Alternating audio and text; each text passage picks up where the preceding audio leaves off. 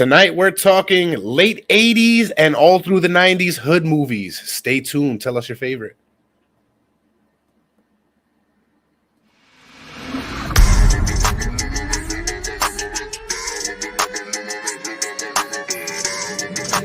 Ladies and gentlemen, boys and girls, welcome to BreakRoom, yo.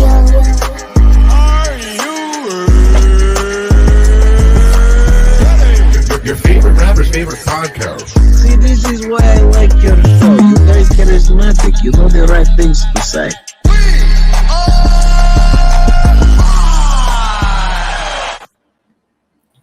Welcome to the Break Room, the podcast that comes to you live every Saturday night from Facebook, YouTube, Twitch, and Twitter. How's everybody doing tonight? Doing all right. Good, Thank really you. good. I do want to say, first and foremost, shout out to apparently all of our fans out in Russia who gave us a listen. Hope you're listening tonight. If so, Здравствуйте, Kramer. Don't forget about Belize. Well, that's for talking junk, but you know what? Shout out to Belize as well. And thank you for all that support. Seeing that we're being heard out internationally is pretty fucking dope, actually. Because when you think about when we were 15, 16, even like 20, the idea of having some type of shit out there where people around the world are listening to what we got to say, pretty crazy. So I definitely thank y'all for that. I know the rest of us do. And we also, I feel like this is also a shared sentiment. United States, what the fuck is up with your ass? You need to get on the fucking train and get where the good stuff is at. Get with it. Tonight, we got a whole year full of good shit. What the fuck? Shout out to the Best Buy crew if y'all listening to. Appreciate it. Salute to all our viewers out there. Well, a little later, towards the end of the show, we'll go on and we'll shout out each country individually. Let y'all know how far the Break Room's reach goes. Word. But tonight we got a pretty entertaining Hopefully it show. reaches as far as the hood, considering our content today. Well, I'd say it reaches the hood. We in a few states out there. I think me and Miggs was going over it. What, 2 nights ago or last night? Yeah. Yeah, we got a couple states in there. People Word. listen to us. Shout out to those states. The rest of y'all, pick it the fuck up. Y'all know who you Sunshine, are. Nicole, how you guys doing? Shout out to the What's OG. up, guys? What's up, ladies? Thank you for showing up. Thank y'all for the support. Hell yeah. Now, Jerry 53, how you doing, buddy? What's good, homie? Hey, what's up? How you doing, bro? Like I said in the beginning of the show, what's my opinion on cheese? Some of it is good, some of it is disgusting. Some of it's Most of it puts me in the bathroom. There you go. That's my opinion. But tonight, Jerry, why don't you tell us your opinion on hood movies? How many of them have you seen? Because that's what we're talking about. Late 80s and all through the 90s. It is. Cheese is amazing. My audio fucked up there. Cheese is great. I understand it comes from a cow, but you know what? Great things are unnatural sometimes, and cheese is one of them. Jerry, are you also a Steve Urkel enthusiast? Because he loved cheese also. Melted cheese is the shit. Do you love cheese? Don't put cheese on that bitch. Yo, shout out to Olive Garden for cheesy ass commercials recently, making me want the fuck out of some popcorn. But I didn't go. I like anyone who like cheese. So we cool then. All right, Jerry, you a fan now. Welcome to the break room. What's your favorite cheese? Now, there's a real question. Now, if you're not a fan of smoked Gouda, then we may have a slight problem. But you know what? We can get over these things.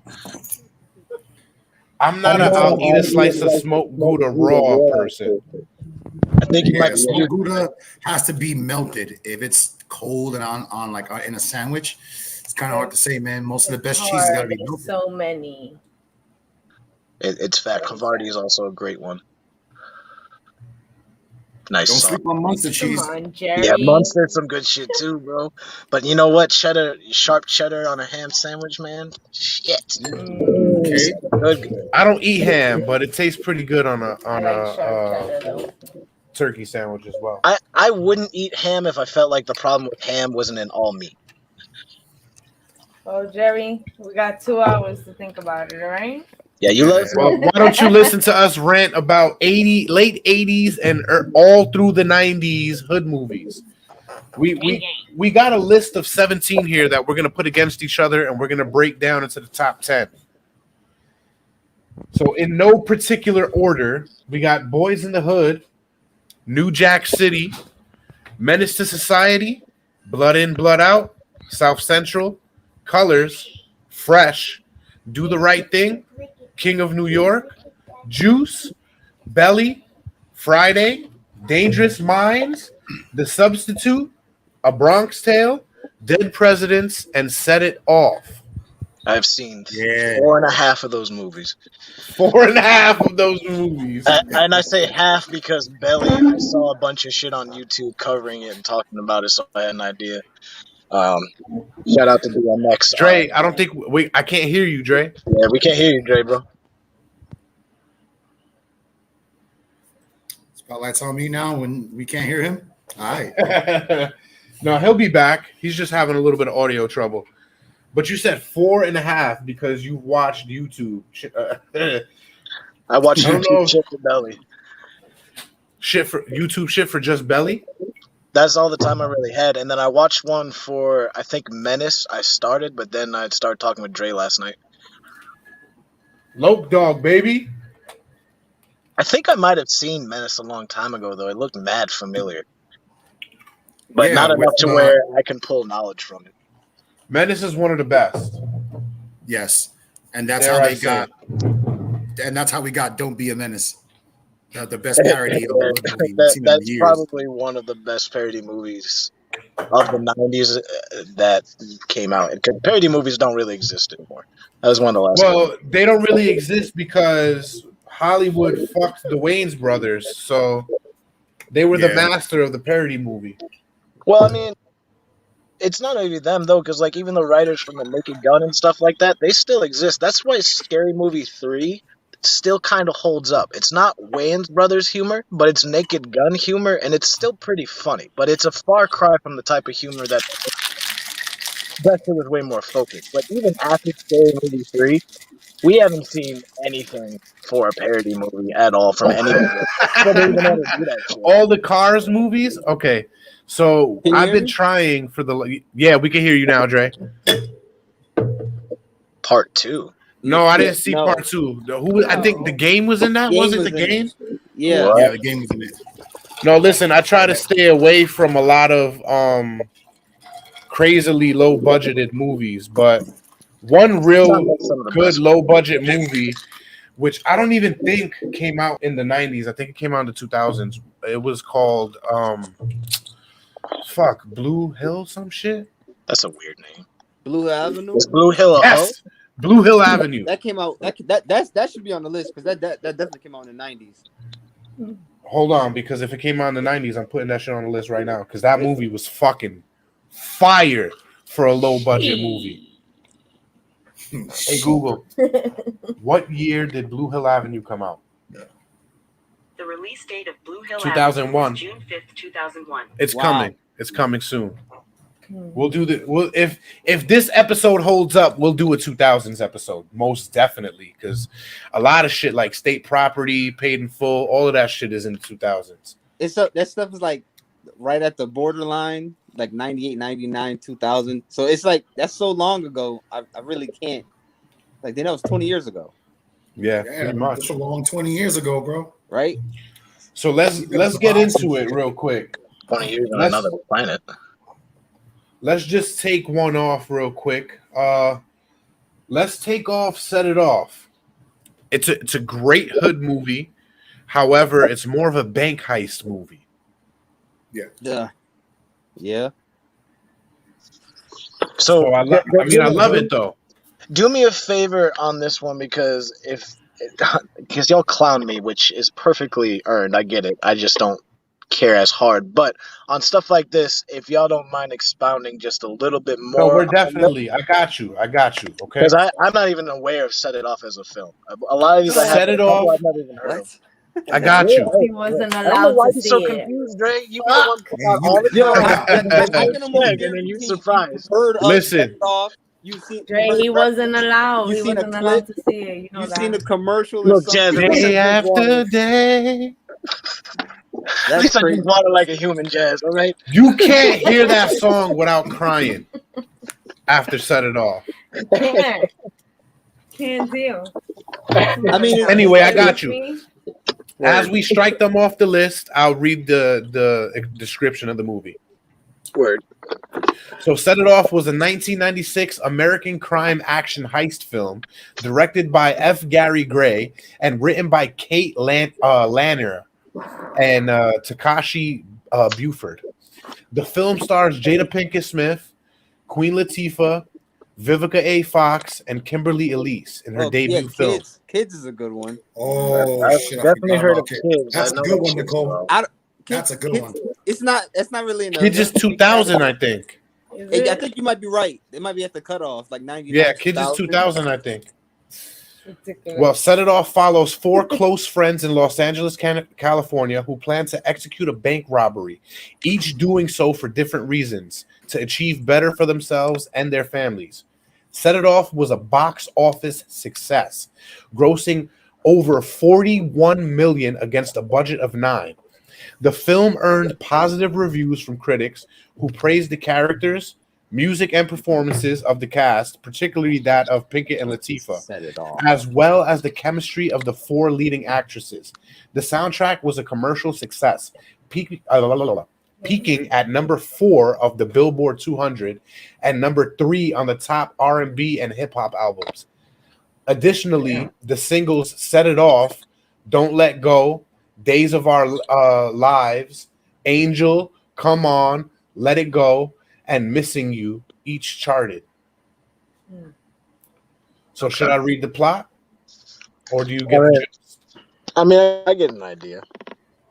This movie, to say the least, was breakout performances for all 4 of these women. However, like they said, Jada Pinkett Smith and Queen Latifah had probably the best roles of their lives in this fucking movie.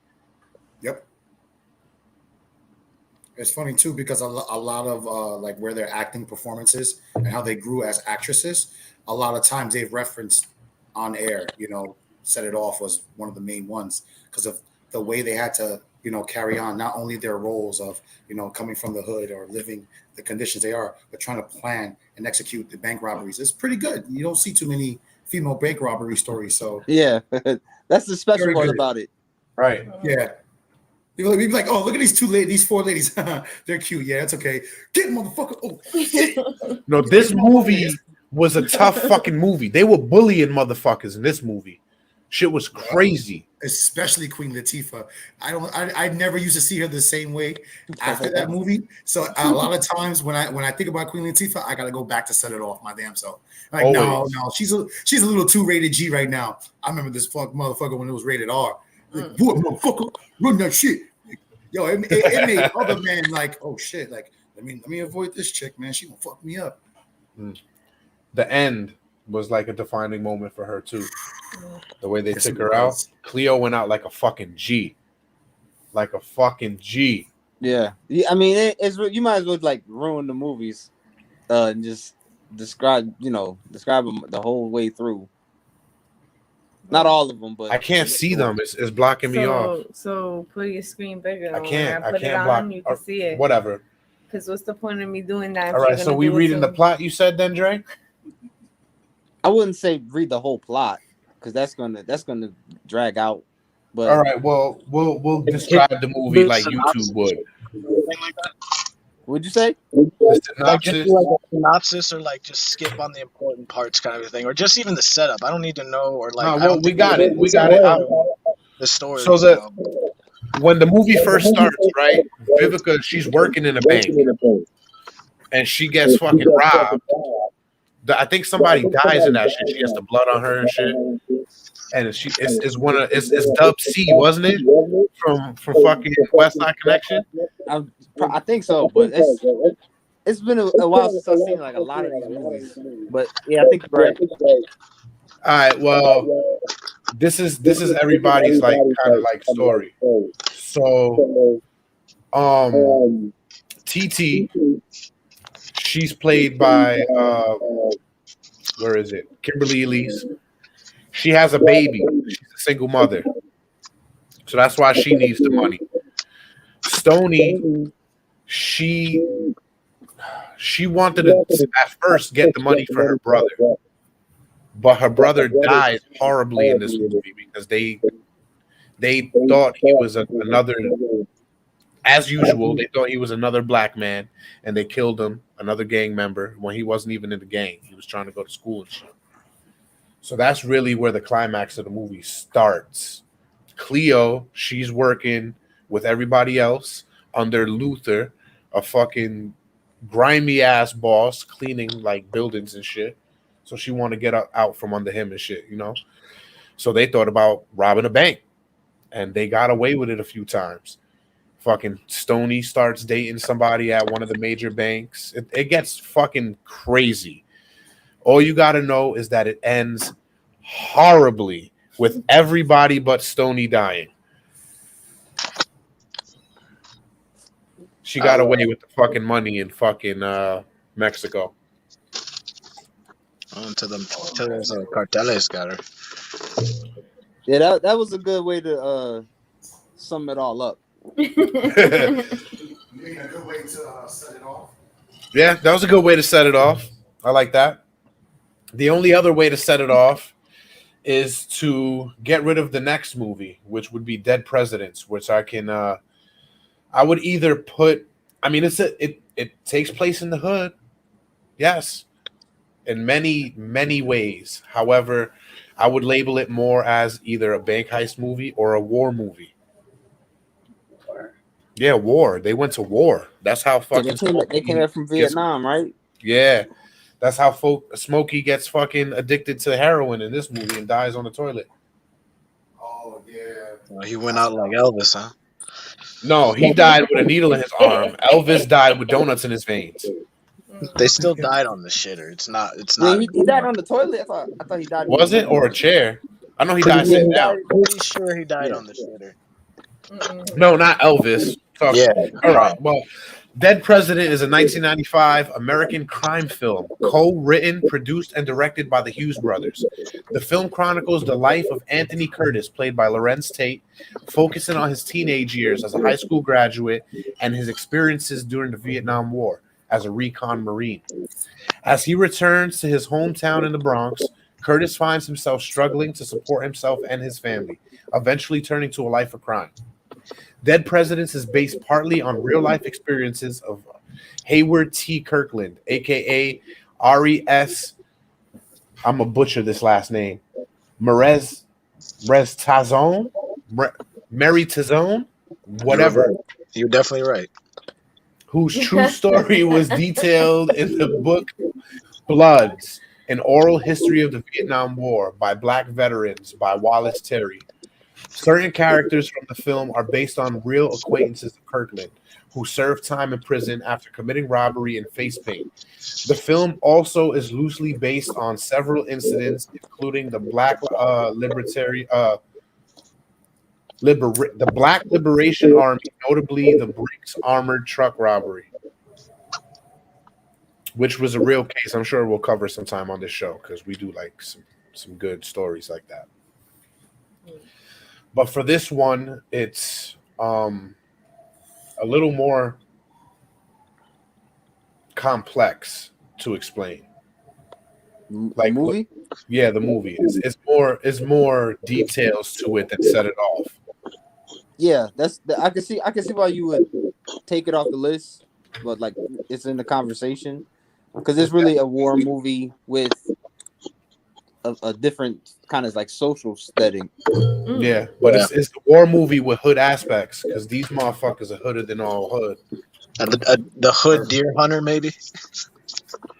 Nah, you gotta see the movie to really explain it. It's in a category all in its own. So these motherfuckers, right? They go. Well, I'm just gonna set it off when they go to war, right? They're real good friends, and they go to war. Like I think it's 2 or 3 of them that end up in the same platoon or whatever the fuck. One of them dies over there. They come back, and Chris Tucker, he got PTSD like a motherfucker.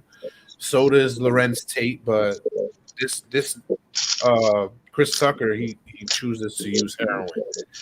Before they left, He was a little typecast back then, eh? yeah, drug addict. Yeah.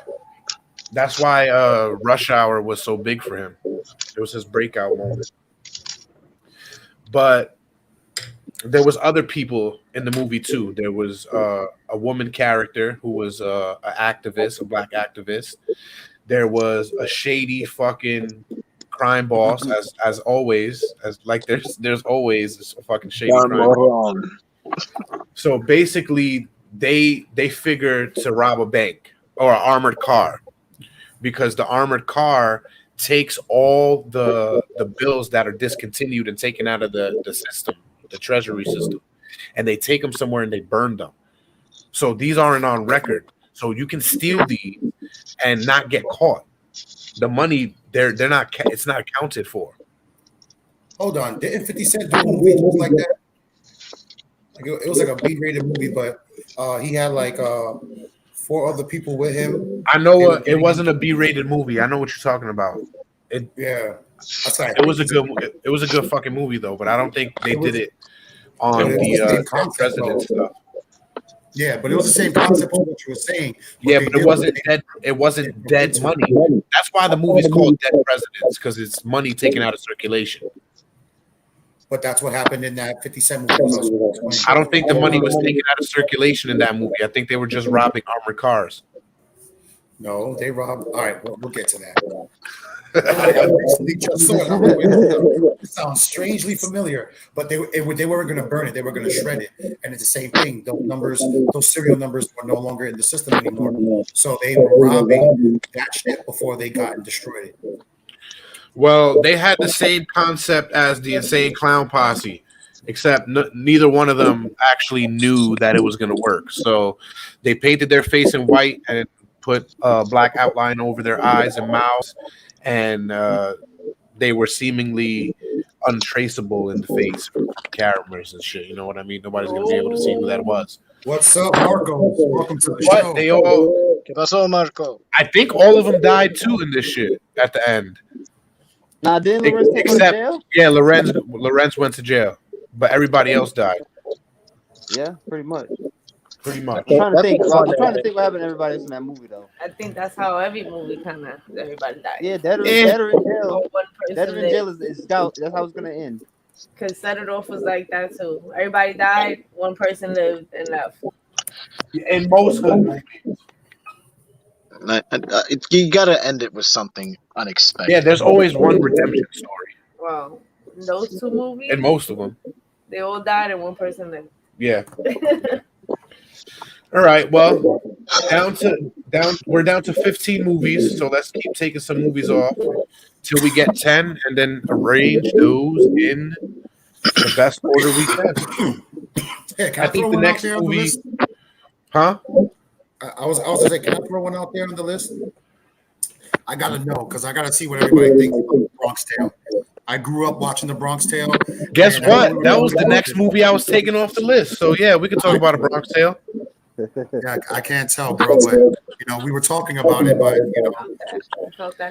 it's mostly a hood movie because there's a lot of interracial relationships between the Italians and blacks. I'm trying to figure out, like, would that be considered a hood movie that we're talking about, or is that like another genre of, like, again? I think this is a movie that is based in the hood and has hood aspects to it, but like Dre said, it's more of it's a love story.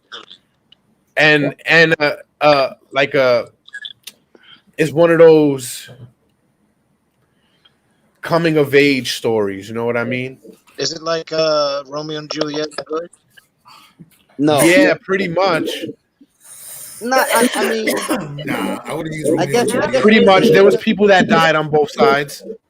I guess you could say because their love is forbidden and they're not supposed to date each other, but it's like different because she's black and he's Italian. That's the only reason why. And the two main characters didn't die at the end of this. No, they are not. They're pretty much and nobody. Yeah, like everybody's dead. You What'd you say? murdered yourself, so I'm gonna. I said they didn't do no stupid ass white shit. Like, he's dead. I'm gonna murder myself. Oh, I didn't really die. Now I must die. Like, you're a bunch of dumb fucks. That's why this happened in the first place. Only entitled ass people get into trifling situations like that. But that's a different conversation. So, A Bronx Tale is a 1993 American coming-of-age crime drama filmed by Robert De Niro, filmed and directed by Robert De Niro in his directorial debut, and produced by Jane Rosenthal. Adapted from Chaz Palminteri's 1989 play of the same name. It tells, see, look at that. If it's coming from a play, Miguel, it is a motherfucking love story. Just like West Side Story. West Side Story can technically be called a fucking hood story too, because it takes place in the hood, but that shit is a love musical. Yeah, if you count dancing around as a hood fight scene, then yeah, you can count it. Are we just talking hood or are we doing gangster movies? You see, we debated on this. Now, we could technically put all these hood movies in the gangster column, but when I think of gangster movies, I think of mob movies. Organized crime. None of this shit is organized. Motherfuckers doing drive-bys and jigging niggas. Nah, this is not in no way, shape, or form a gangster. Just a bunch of people. Some of them, I mean, technically, you could say things like New Jack City is also organized crime movie. But, I mean, these motherfuckers did it ghetto as fuck. Crush Groove. What the fuck is Crush Groove? That's like a It's breaking old. movie. Yeah, like a Beat dancing Street. movie. Yeah, well, it's mainly love that's intertwined in that. So where was I? It tells the coming of age story of the Italian American boy Calogero, who also encountering a local mafia boss is torn between the temptations of organized crime and the values of his honest, hardworking father, as well as racial tension in his community. The Broadway production was converted to the film with limited changes and starred Palminteri and De Niro. So it's basically just that's the gist of everything. Like you got this little boy who lives in a building, and I think the building next door to him, downstairs in the basement, was where the organized crimers used to hang out in the little bar and shit. That's cool, Nicole. She grew up on the block. This all took place on Word. Oh, I even went to high school right down the way from Little Italy. I miss Little Italy, man. The San Gennaro feast. Mm-hmm. Anyway, so De Niro struggles to keep his boy in line. He's trying to keep his boy on the straight and narrow, and his boy keeps turning to a life of crime. And it's more because he wants the money, like everybody else. You know what I mean? He sees these Italians are getting the money, and his dad is a bus driver, and he's not making enough. You know how it is in all these fucking movies. Basically, he gets older and he's kind of in the crew, but not in the crew. And he falls in love with a beautiful black girl in the Bronx, and all hell breaks loose because you're not supposed to do that around these times. But the big thing in there was if she opens the door, if she reaches over and opens the door for you, she's the one. And I love my wife, but she's never done that for me. I ain't doing that shit. Sure, I ain't doing that. I mean, y'all already Puerto Rican. What door? You be like, open the door. I be like, where's the? How do you open it? Where's the lock thing? To be honest, it was a good fucking movie. Huh? I said, your arms broke or something? You can't open the door for yourself? Nah, I can open the door for myself. It was a good fucking movie. It had a couple of good action scenes, like when they burned that motherfucker in the car. Was it the car they burned him in? I think it was the car. Hey, Yvette. Hey, Yvette, no worries. We still here. We always here. Either we're live or we're in the archives, baby. We always here. You can always see us. Never leave. We only just show you one part of the entire week. We're always sitting here. You didn't miss nothing much. just to give you the rundown, we have a list of 18 hood movies. We're striking off some to get to 10, and then we're gonna give you our top 10 in arrangement. So we already took off Set It Off from the list, Dead Presidents, and A Bronx Tale. We are about to debate and take off The Substitute. The Substitute. Wait, you said you had The Substitute and Dangerous Minds. Get that shit out of here. Get the fuck out of here. What the fuck is The Substitute? Is that like To Serve with Oh Love my Part God, 2 by Tyler. a remix? It's another movie. It's No, I'm another gonna movie. explain it. Drink a bottle of vodka and I come back actually to want to me. hear Cut what it he the thinks. fuck out, man. You like 30 still can't fucking watch these movies, bro? I just It's watched ridiculous. 2 in like a day. I watched and 2. you can never win. You can never win. Yo. You fucking people. All right, so we'll take off Dangerous Minds first because apparently Dangerous Minds came out and then The Substitute kind of followed in his footsteps. Was The Substitute with Samuel Jackson, right? That's that one? No, The Substitute with Michelle Pfeiffer. no, The Substitute Oh no, that's what's is that? Dangerous Minds. Yeah. Dangerous Minds with Michelle Pfeiffer. Yeah. William Forsythe Oh. and Mark What's Anthony. the one with fucking Samuel Jackson? He's a teacher and gets killed. Or you know what I'm talking about? Isn't that Coach Carter? No, nigga. The fuck? I don't fucking know. They did like a whole bunch of these teachers trying to save hood kids movies, and it's just like no. Oh, Freedom No, Fighter. you are thinking about The Substitute, but that was Ernie Hudson, not Sam Jackson. He was the principal. Ernie Yeah. Hudson. He was the No. The Substitute took out the principal. I'm talking about a different movie though, because you talking about something else. But there's a movie with Samuel Jackson Talking about. where he's a teacher and he gets stabbed by a student or some shit. All right, damn, I gotta look that shit up then. There is a Sam Jackson movie on this list though. I mean, he's in a whole lot of movies, so Oh, Really wow. I figured he'd be in a few of them. Hair or no He's hair? actually been in 10% of all movies that have ever been made. Yeah, but Yeah. on this list, I think he might be in 2. He's Only definitely in 2. Juice. Yeah, is he in Juice? Or he's in 3? Then? I'm pretty sure he's actually in like 75% of these movies, at least as a background character, just like on scene for 30 seconds. In the Was back. it? He wasn't in Juice though. Yeah, he was. He was one of the Hugh doormen. Jackson. He was one of the doormen at the club. So this motherfucker was in like 4 Are you or 5. trolling? Because I'm drawing a blank on that. I know you are. Fuck y'all, always making fun of me. I'll do what I want.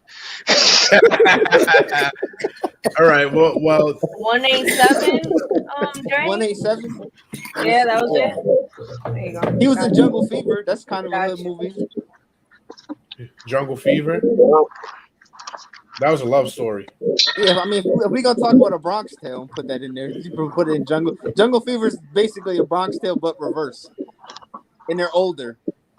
I guess you could say that. I guess, yeah. Yes. Yeah. Yes, Nicole. That's where I was just getting at.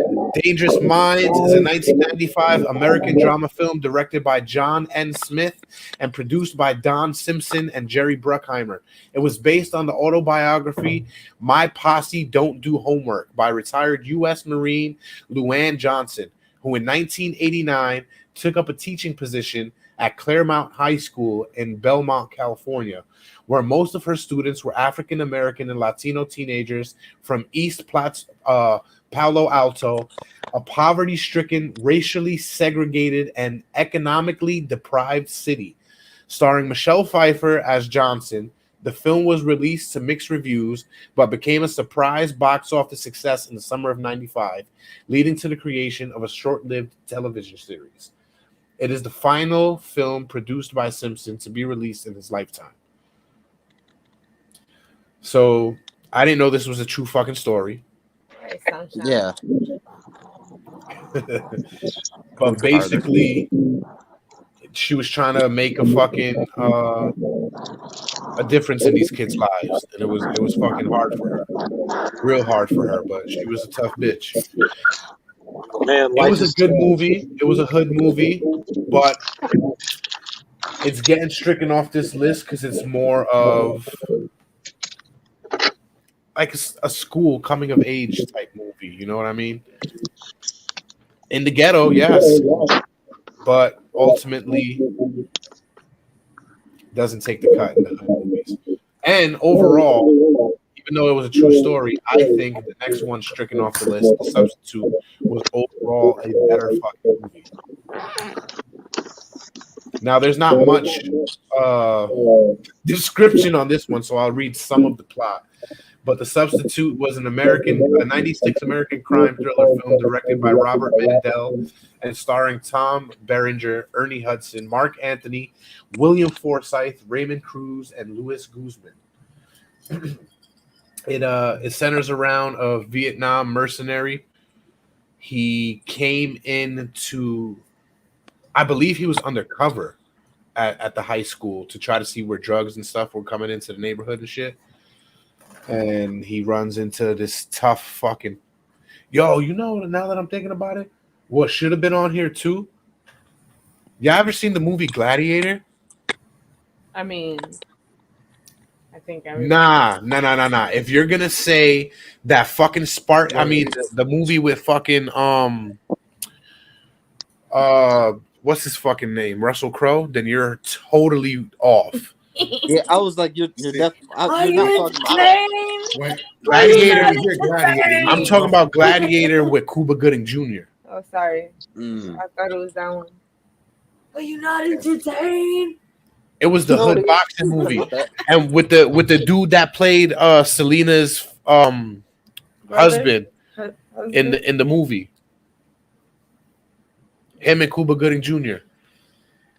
That was a fucking good fucking hood movie too, but it was more of a boxing movie. So I guess that's one of our honorable mentions. Was it like a boxing movie that like kind of like Creed was? Like he's not really like it doesn't matter that he's hell no. They were street boxing, bro. But it was in like an arena, like it had an audience and shit inside like a abandoned building and shit, but it was basically just motherfuckers from the street inside the high school just boxing. It was a pretty fucking good movie. Put it on your list, bro. So The Substitute is stricken off also. Long. He's never gonna make it to that shit. Holy no, fuck. I'm probably not gonna watch that one. I'll probably not watch it. I told Dre yesterday I'm only really trying to watch the important ones, even though they all kind of are. Like, there's only a few good movies. And I'm trying to watch those. The rest, I don't know. I'll get to it. Fuck it. I don't give a shit. I can endure being clowned for not seeing Colors or Bronx Tale or whatever the fuck. I don't give a shit. Fucking Belly. That movie looks like it's not a good movie. But whatever. It was we'll okay. get to that. It was okay. All right. So another movie that we're gonna take off the list, even though it was kind of a hood. From I'm sorry, Nicole said that's where 21 Jump Street got its plot from The Substitute or from The Substitute? That's crazy because The Substitute was a good fucking movie. If anybody hasn't seen it, I would definitely recommend it. Mark Anthony had I'm gonna great. make sure I never see this fucking movie, Jazz. I will actively, if I am with the coolest people ever, and I have to watch that movie in order to like hold down a business deal, it's going through thanks to you. So thanks for that, Jazz. I'm gonna have to explain to them this bullshit and reference the episode. It's a good movie, bro. You should watch it. Well, thank your wife. I'm never gonna know what it's about. So it's not happening. He's not gonna see that movie. It's okay. It's not Every gonna time he says that, make sure you watch this movie. I'm gonna say your name, Talon. Hey, whatever. It is what it is. Hey, some of these movies you should fucking watch. I am only human, Jazz. Nicole, we're getting there, Nicole. Yeah, we're getting to that movie. Oh yes, we're definitely gonna get to it. That movie is definitely on my personal top 10. I don't know about Stand and Deliver. I've never seen that movie. So, but the next movie we're gonna take a UPS guy. You seen that, Talon? No, that's Poetic Justice, and he works for FedEx. No, it's UPS. USPS. Nope. Oh yeah, US yeah. Postal Maybe you're right. US Postal Service. Anyway, we digress just a little bit. We're not talking about Tupac. Yo, no. What do you think the guys from Menace Society got the whole mail truck thing and that bitch turning into a demon in the back of the truck came from? Like they took that small segment from the mail truck. I remember that shit. Like, yeah. You don't know nothing. You don't know. The next movie we're gonna take off our list, just because I think it is most definitely.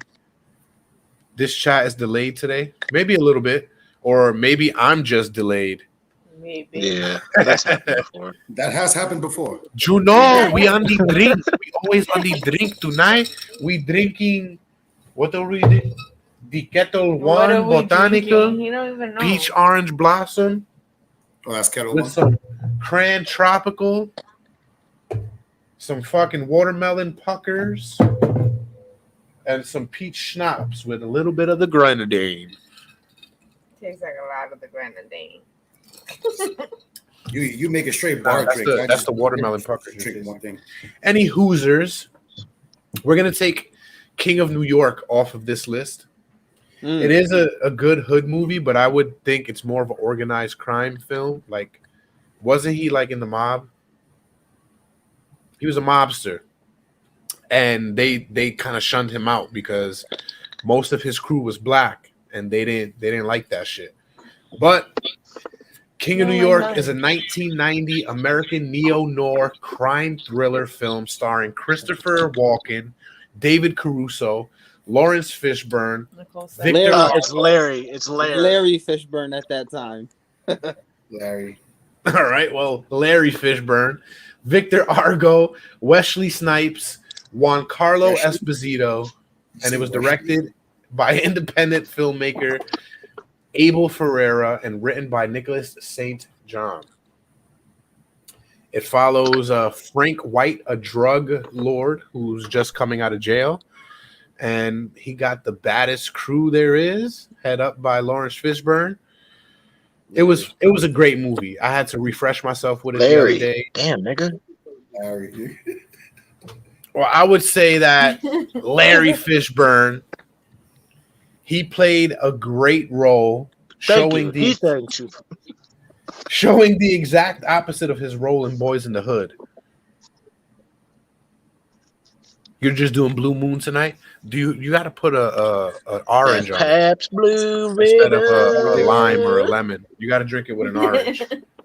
Salud, Nicole. I got that Jack Daniels honey right now. I just want to say also to the people that are listening to this and saying you're not doing these movies that you're striking off any justice. That's just because we're striking them off and we're trying to get to the meat on the bone. Because these are garbage. That's why we're not talking about them.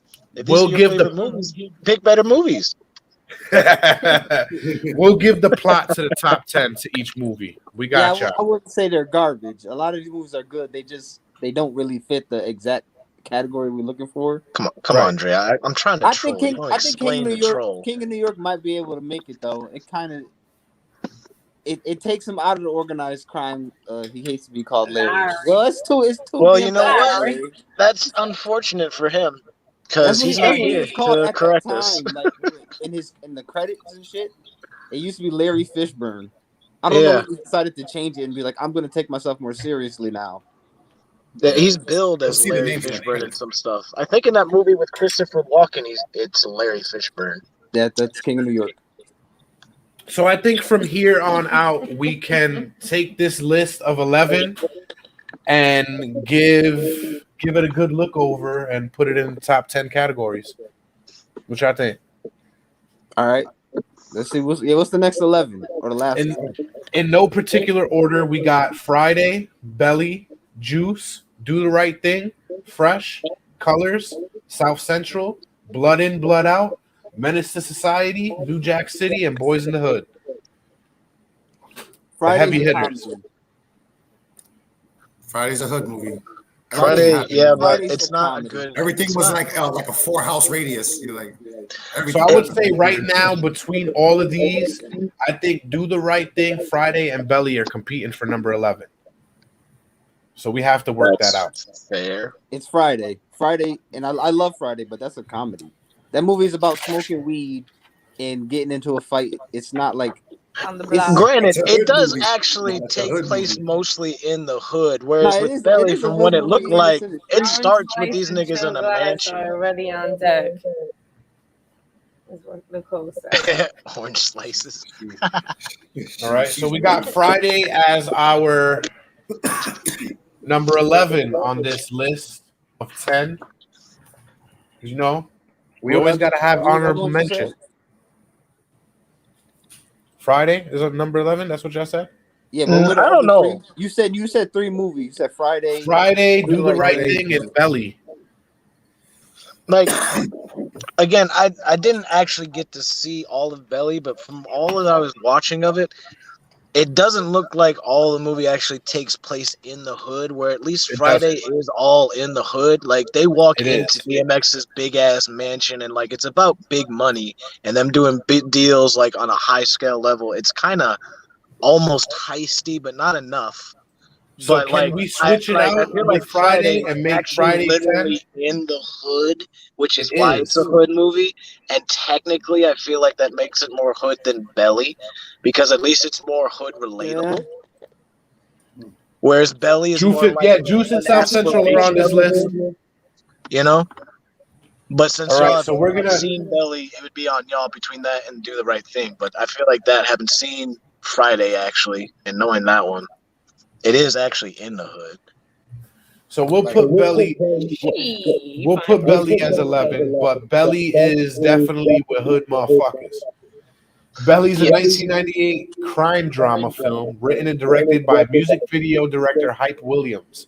In his film directing debut, filmed in New York City, the film stars rappers Nas and DMX in their film debut, alongside Terrell Hicks, Method Man, and R&B singer T-Boz. A sequel, Belly 2, Millionaires Boys Club, was released in 2006, but we don't talk about it because it was trash. In 1996, the plot was... Brought up trash. Wiki brought it up. The plot was in 99, Queens, New York, young street crime Tony Buns Brown. Let me just say this. Like, you're going to be number 11 just because your gangster's name is Buns. Like, Yes, how? Not only Buns. How is your Buns street Brown. name Buns? But that's his last name, Brown. And it goes together with Buns. Brown Buns. That's disgusting. Yeah, that's a terrible ass last name. Hey, That's And not good. Sincere, nicknamed Sin. Along with associates Mark and Black, they murdered 5 people during a violent nightclub robbery. Belly is about getting out of the hood. Yes, but most of these movies you want to try to get out of the hood. Well, not really. You're right. It is about getting out of the hood. After celebrating with a gang, Sincere returns home with his girlfriend, blah, blah, and their daughter. The following morning, Tommy asks Sincere to help him sell a new form of heroin. Sincere, who has begun having second thoughts about his life, reluctantly agrees with Tommy and then visits Ox. Tommy visits Ox, the Jamaican drug lord, who agrees to obtain the heroin on the condition that Tommy repay him with a favor at a later date, which we know is always some shit. At the end, I believe DMX dies. Nicole agrees with Dre. Nas lives. And we're not really explaining too much of this one either because, like I said, it is number 11 and doesn't get the bulk of this episode. To retort to Nicole there, even though it's a they all agree that it's a comedy, the hood isn't always crying and sadness all the time. People find a way to make it fun, and I feel like that movie was trying to highlight, with reminders of it gets dark, how you can have fun in the hood with, like, you just lost your job. Like, what the fuck you gonna do? You gonna hang out? You gonna say, damn, Miss Parker, you gonna check out her, you're gonna, just fucking chill around, and then you're gonna accidentally get into some shit, and then some shit's gonna blow up, and you're gonna think you're all right, and then somebody's gonna jack you, and then, like, it is relatable shit, even though it's a comedy, and I feel like that makes it more hood than Belly does, because even though Belly has hood, is related to the hood, and is about hood people, it's more like hood aspersions, like what you aspire to do to get out of the hood, as opposed to what you're likely going to come across in the hood. You're probably going to experience something from Friday if you're living in the hood. Yeah, but at least Friday tries to center around some type of violence in the hood. Yeah, like your local bully. Like they didn't do gangs, but Debo was a gang.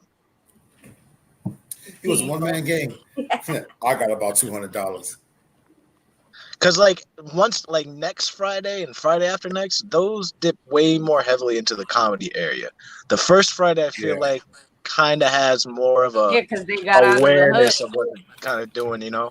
It's more of a depiction of the hood, whereas the next Fridays are like we can make some funny movies with this, you know, with what's going on, and those are good too for in their own right, but for different reasons.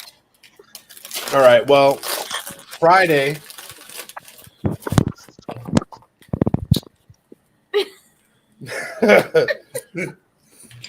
Yo, greedy. Don't even want to share. You were staring so hard they all fell out the bag. Good. They all do. What's all the same? All the Friday. Because all these guys, no, they're not. No, they're not. Friday one was more serious than all of them. Yeah.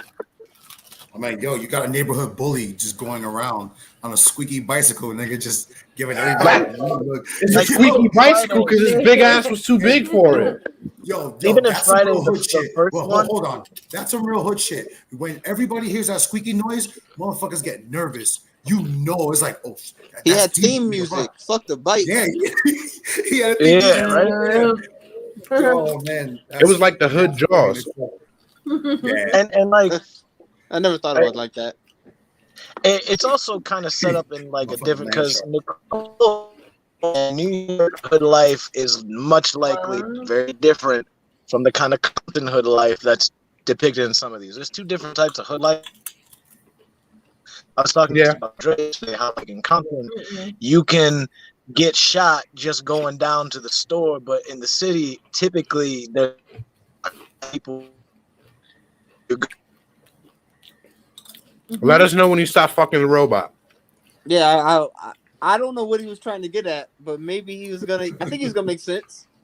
A little bit, but until he said, you know, LA, you could get shot just going to the store. But that can happen in New York too. It's I happened. mean, you get shot walking. That can happen anywhere. that can happen anywhere. It doesn't matter. I don't People know. I don't know. He was gonna. People say get stabbed next. in Nebraska and shot in Iowa. No one, you don't see that on our news. I mean, they went to Nebraska and Belly. Jesus. See what I mean? You hungry? Yeah, maybe. Clearly. Hello, can you hear me? Am I back? I don't know Yes, why you're the back. fuck it cut me off when I'm saying some shit make me sound retarded. Robotic. My whole experience I can't hear you, can't Tyler. represent all types of hood experiences. You can't what? You went in and out God again. damn it, fuck it. Robot. Fuck it. It doesn't want me to talk right now, clearly. Every time I talk, it just starts Hey, pausing. now look, they want And you to now talk, it's but not clear. about that because Right, 'cause everything it's clear perfectly now. fine after that. So Yeah. whatever you was gonna say, just don't say it. I still agree with Yes. you. I You're agree good. with You're I good. guess. Shit happens. And it All happens. right. Well, let's get on with the Friday. This is a little bit long. Was good. AJ. Don't say it like that. Friday is a 1995 American buddy stoner comedy film. Directed by directed by F. Gary Gray and written by Ice Cube and DJ Pooh. In case anybody doesn't know, DJ Pooh is the motherfucker that got his shit rocked by Debo. That's DJ Pooh. Oh, that's on your screen. I thought that was on my shoulder. My grandmother gave me that chain. Don't be touching my shit, son. The first installment in the Friday franchise. The film stars Ice Cube, Chris Tucker, Neil Long, Bernie Mac, Tiny Zeus Listener Jr., and John Witherspoon in Friday. Unemployed friends Craig Jones and Smokey face troubles after becoming indebted to a local drug dealer. So it says, while developing the film, Ice Cube and DJ Pooh expressed discontent regarding the portrayal of the hood in the film, which they came to see as violent and menacing. As a result, they wished to counteract this, drawing on personal experiences when crafting the characters and plot points. Preparations for the film began after the pair were able to secure funding from New Line Cinema, who granted finance in exchange for a seasoned comedian in one of the lead roles. Ice Cube and DJ Pooh quickly settled on Tucker during casting. The film was Gary's film directorial debut, who was previously known as a music video director. In the plot, Craig Jones, recently fired and unemployed, On his day get off. fired on your day off. We gotta put Day Friday off. top. Friday's got to be a top 5 hood movie. It's even though it's a comedy, it's like this is still one of the best hood movies ever. It's too Bro, iconic. I said that before. It's really relatable. Like that's what I'm It's saying. not like even- the it's not shit even that about happens being on Friday is relatable or not. relatable. It's just it's when you like when you talk about hood they made movies, a Bro, I movie said that's that kind of before. different than all the other crime shit. It doesn't have to just be about doing street shit and gangbanging Exactly. and shit like that. So yeah, I mean, it's what a day in the life in the hood. That's what it was, you know. And there's funny moments because when you're in the hood, you just laugh at some shit that other people would find scary or threatening to their life. And you just like, look at Yeah, we gotta- Let me we gotta- see we if gotta it's get- the internet. we gotta keep Friday. Friday Like, has yo, to stay. like, yo, Miss Parker is Top fucking with the 5. midget. Yo, that's funny. You don't see Yeah. that every day. You know, and you know they do in the church, you know, trying to act all funny. Rest in peace to Bernie Mac and and Lester Jr. Down Man. with his Yeah, spoon. Big Bro wasn't trying to sell ice cream to nobody. What'd you say? word, right? He wasn't He trying was to like, sell yo, ice cream to nobody. Yeah. he took the kids' money. Oh, Megan Good is in Friday. His She mouth was like, hot out. Yeah, she is. She's one of the Also, kids. to Friday's serious credit, like they didn't pull it off as well, but towards the end when they had that situation with Debo and like they had the same type of interaction with Craig and his dad, like was in Boys in the Hood, with like Yeah. where he was confronting them, and it was a very serious, somber moment of a dad trying to reach out to his son, like this isn't the way they need to do it. You don't need to do Right. the violence like that.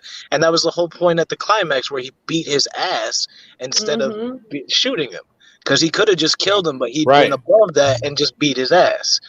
Like the So can we Friday all has agree- way more into it than the fact it's a comedy, and I think it gets written off because it's a comedy, and we remember how funny it is because it's a classic, that we disregard its serious moments and pointed points. Exactly. Point well taken without the robot dick. Apparently, that's what I was supposed to say. So can we just agree to disagree that we need to stop talking about Friday and put this motherfucker higher up on this list? Friday got to be top 5. Yeah, it's definitely We're changing it above now. You know what, the Dre? other You're very option. indecisive today. What's happening? First he Friday has to be top 5. All right. Well, Ham, no burger. then we gotta agree Never to got disagree that back. also that just because this is a great hood movie Put doesn't water on mean that it's shit. better than these. So Do the Right Thing by default is going to be number 10 on this list. I'm Do okay with that because Do the Right Thing is a very Yeah. important movie, and It is. so it has to be in the conversation. So Now, you got one over me here, Talon. I know you probably didn't see this movie, but I also did not see this movie. Oh, nice. I'm not completely alone. what movie is it?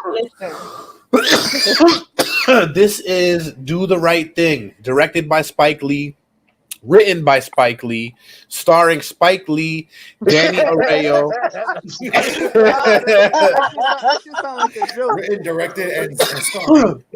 he wrote it, directed it, started it. Him, Danny Arroyo, O.C. Davis, It and was originally Ruby just a Dee. one-man thing until he realized he needed more people. On the hottest day of the Rosie year. Perez too. Yeah, Rosie Perez too. I forgot about Rosie. On the hottest day of the year, on a street in Bedford-Stuyvesant section of Brooklyn, everyone's hate and bigotry smolders and builds until it explodes into violence. This film looks at the life in the Bed-Stuy district of Brooklyn on a hot summer Sunday. As he does every day, Sal Fragoni opens the pizza parlor he's owned for 25 years. The neighborhood has changed considerably in the time he's been there and is now composed primarily of African Americans and Hispanics. His son Pino hates it there and would like nothing better than to relocate the eatery to their own neighborhood. For Sal, however, the restaurant represents something that is part of his life and sees it as a part of his community. That begins as a simple complaint by one of his customers bugging out, who wonders why he was only why there was I know only your mic pictures. loves it when you do that. He wanted to know why there was only pictures of Italian Americans on the wall when most of his customers are black. Eventually disintegrates into violence and frustration, seemingly brings out the worst in everyone. And you see it take place throughout the whole day, and it supposedly erupts into violence. Now, I don't know if either one of you two that's on camera right now have seen this movie and can let us know exactly what has happened in this movie that makes it I haven't seen that movie either. great. Damn. Have you Look seen at that. What? God, Y'all playing the fuck out of me let like make it you've clear seen real every quick. movie. I have seen parts Colin, of it. fuck you, because there's like three movies know- I didn't see on the list, and I watched them Yeah. today. I Yeah, watched but them I don't today, be like, 3 I of gotta them, take a dip and then go and I follow watched them. them today, Tyler. Okay, Well, so when it comes down to do the right thing, it's one of those movies that I didn't sit down and watch the movie. Every time I went to somebody's crib or like I just ended up somewhere, that movie was playing, and I'm like, oh, I know that movie. I need to see the rest of it. So I get the gist of what it is, but I didn't see the movie. No, that doesn't work. That doesn't work because I say that shit and I still lose. So you can't say that shit and be like, oh, this is qualified. it's true. It's true because he says he goes on YouTube and watches clips. You still ain't see it, man. Highlight You can't reel. qualify like I kind of seen it. Of a movie that's I 2.5 kind of seen hours it too, long, so you we watch in the same boat. You just saw reruns. I saw it on the fly. What you want me to tell you? Being honest. So, all y'all need to see that movie. Yeah, I will. I'm gonna watch it tonight after this. And it's a special movie because it touches so many different topics of what goes on in the hood and in the diversity in a place like New York City, especially in Brooklyn at that time. Like, you got all these different people living amongst each other who don't like each other for like all kinds of reasons, and it gets racial. The police come in. It's a must watch if we're gonna talk about hood movies because of how important it is. This is one of Spike Lee's best. Spike Lee. Okay. I mean, all of Spike Lee's movies are pretty fucking good. He's got some stinkers, but everybody got some stinkers. No, he you know what? I won't even say he got some movies that aren't good. It's just like, why do he do that? He does little things in his movies as far as like the cinematography. I hate shit like that, but this is definitely one of his best movies. It draws out something that not a lot of people see every day, and you got to be there to experience it. You all need to see this. Yeah, she's right. We will. Me and Jasmine are gonna see this. We will watch it. Okay. Unlike I don't Colin, feel we will guilty. watch I've the gone this movie. long. I might see it soon. I don't know. You ain't gonna see shit. Stop fucking lying. The more things she says I'm not gonna see, I'm just gonna build that list. And see, but the fact that this is a perfect time gonna happen. at number 9 to take a second and to say, Nicole, we have come upon a new graphic. We did what? Shirt. We came upon a new graphic for a shirt, and I believe your son will be happy with it because Jasmine's face is a little bigger, so we can get the shirt printed out whenever you need. Also, I wanted to let you junkers out there who are listening in the archives everywhere, like Russia, that we are going to have the website up pretty soon, as soon as my retarded ass figures out how to customize it. It'll be up and running. And we also want to say thank you because the work to our true fans is showing. Okay, we see the support that you're giving us, and we can only ask for more. Please support Talking Junk Network in all of its shows, Talking Junk and the Break Room, as much as you can. Share the links, share the website, share the videos. Make sure you let all your friends know about us, what time we come on, where to find our social medias. All we can ask for is support. So please continue to support us because it does show. And back to the show. Oh. Now, I think here at number 9 would be a good spot for either one of these films. Now, the film that doesn't take number 9 will take number 8 out of these two films, and it would be Juice or Colors. Juice is higher than Colors. Juice is higher than Colors. Juice So is you higher would, than Colors. would you put Colors at number 9? I don't know. I guess you gotta see the rest of the list, but Colors is. All right, I'll give you an update on what the list is looking like right now because you sound a little low, but I'll give you an update on what the list is looking like right now. That's awesome. So, Yeah. on our list of top Tell 10, them about the shirt. we have Do the Right Thing at number 10. And these are the movies that are left to put in order. Friday, Boys in the Hood, New Jack City, Menace to Society, Blood In, Blood Out, South Central, Colors, Fresh, Juice, Belly. I mean, no, we did Belly. Juice. Belly's out of here. Yes, Belly's out of here. So it's Friday, Juice, Fresh, Colors, South Central, Blood In, Blood Out, Menace to Society, New Jack City, and Boys in the Hood. I think you got 9 there, right? Yes, we have Alright. 9 left. So like I said, if Juice has to be higher than Colors, then Colors has to come in at number 9. Colors is a great movie, and it's a great it reminds me a lot of Training Day, to be honest with you. How so? Think about it. You get the rookie coming in to work with the fucking Yeah, old head. fucking rookie buddy cop movies. Go. Yeah, you're right. Buddy cop movies. Colors isn't. I see. When I was talking to Talon about this, he was thinking it was just gonna be like a Blood and Crip kind of movie, but it's a little bit more than that. Yeah, it's Blood, Crips, and Vatos. But even the police, right? We call it, the They were cops, their right? own gang. Yep. Exactly. They're always their own gang. I was just gonna say that.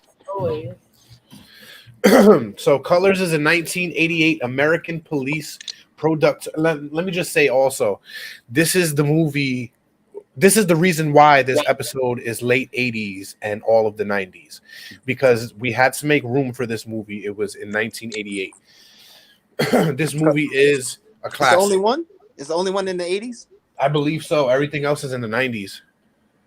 Maybe Fresh is in the 80s, but I'm not sure. No, I think Fresh was in the early 90s or mid 90s.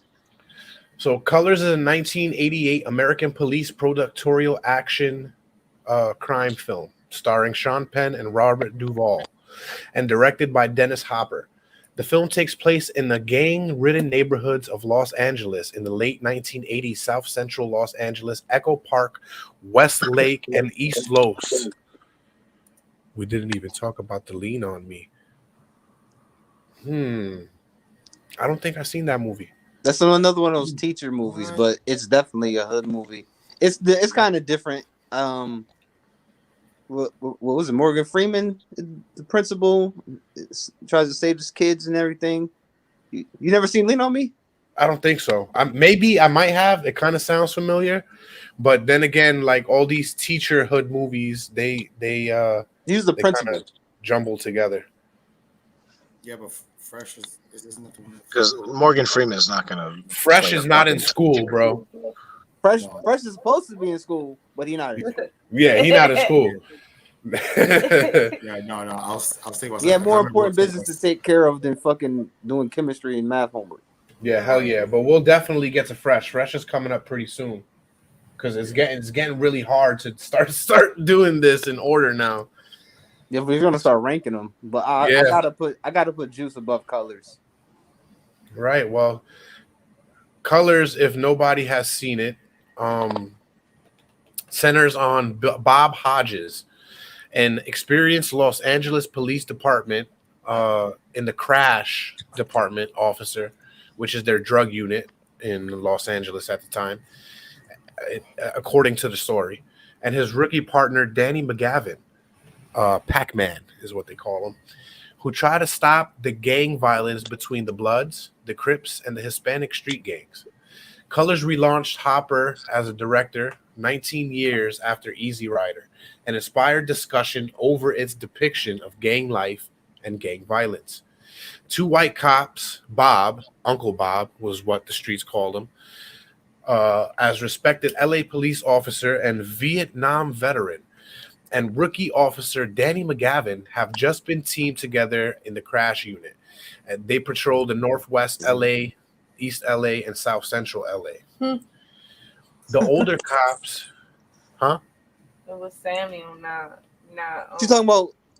Oh, Morgan, see, no, look, that's Morgan Freeman is telling the kid on the roof, "You want to smoke crack?" Maybe that's the one you're talking about. You Maybe smoke the crack, one don't you?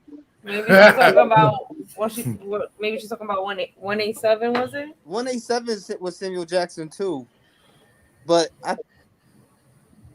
look, we gotta look that up. Lean on Me. Was I think Lean on Me or Stand by Me? All right, while Jazz looks that up, I'm gonna finish the plot real quick. The older, excuse me, the older cop is apprehended on the local streets. He's a diplomatic on the surface and preacher. Preaching Morgan Freeman. Morgan Freeman. For Lean on Me? Yeah. He was more of the preacher to gang members. He wanted them to try to get out of the life, Hodges. Bob recognized that every action cops takes is scrutinized by the people they're trying to help. So Hodges explains his view on the younger cop with a joke. And my fucking 12-year-old for the first time heard this joke today, and it was hilarious. You ever heard the joke about the 2 bulls? No. What? No? None of y'all ever heard the joke about the 2 bulls? No. No. So the 2 bulls are up on the mountaintop, and they see a herd of cows beneath them. So the younger cow says to the older cow, "Hey, Dad, why don't we run down there and fuck one of those cows?" And the father said, "No, son. Why don't we walk down there and fuck them all?" Okay. So that was the quote that they used in Colors. And That's although they bombed it, that must be really, really deep because I do not get it. because he wanted, all right, I guess more for this movie, the quote that would assimilate better would be, "You can attract more bees with honey than you would with shit," or some shit like that. How does that shit go? Sugar. With honey than you would with sugar. Then vinegar. Yeah, that shit or whatever. But you get my gist. If Why you're just say good, that instead of talking about fucking animals? Like, Well, I don't understand. I don't know why he said that. You know what I Like, mean? why he are used 2 that one. bestiality having motherfuckers being quoted? I don't understand why this is something that. He was more trying to get his partner to see that if you're nicer to these people and try to start a better relationship with them, that you'll get more out of them in the long run. You know what I mean? You'll get more cooperation. You might even get them to leave the life. You'll do more for them if you're nicer. You know what I mean? You don't have to be what the typical cop is said to be. Gotcha. It was short-lived, though. Yes, it was short-lived, but the younger guy had a little relationship with a Mexican girl in a little Mexican burrito spot, but she was in the life too. He didn't know that at the time. He became like this figure. Like they nicknamed all the cops in that neighborhood or whatever the fuck. He became Pac-Man because they drove in a yellow car after they tried to apprehend somebody and their original car flipped the fuck over. But like they said, it was a big gang war between the Mexicans, the Bloods, and the Crips, and he was just trying to be the peacemaker out of all of them. And really, it was just imploding them. They found out that one of the Bloods was selling drugs to the Crips.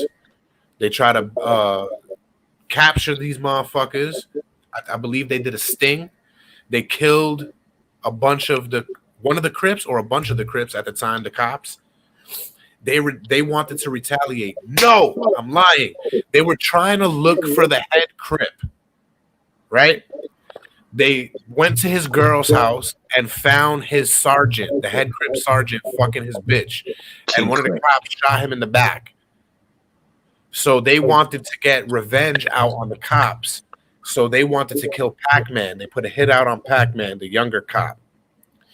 One of the Mexicans that was good friends with the older cop told him, because he was in jail and heard about it. So they went to apprehend the Crips, and I believe they didn't get a chance to or some shit, and the Mexican guys got killed for it because they heard that he was the snitch. So they went to shoot. They did a drive-by, went to shoot up his house, and got the next door neighbor's wife killed. The fucking Mexicans went over to the Crips' house and knocked on the door, threw something inside, and made sure they only had one entrance to run out, and blasted them with Uzis. The Mexican crew, out of all of that, one of them died, but every single Crip died that day. And they obviously left their gang member there, so they knew it was the Mexicans that did it. So the whole crash crew went to go apprehend the Mexicans, and I believe, yes, one of the Mexican kids shot Hodges in the chest, and at the end of the movie, Hodges died.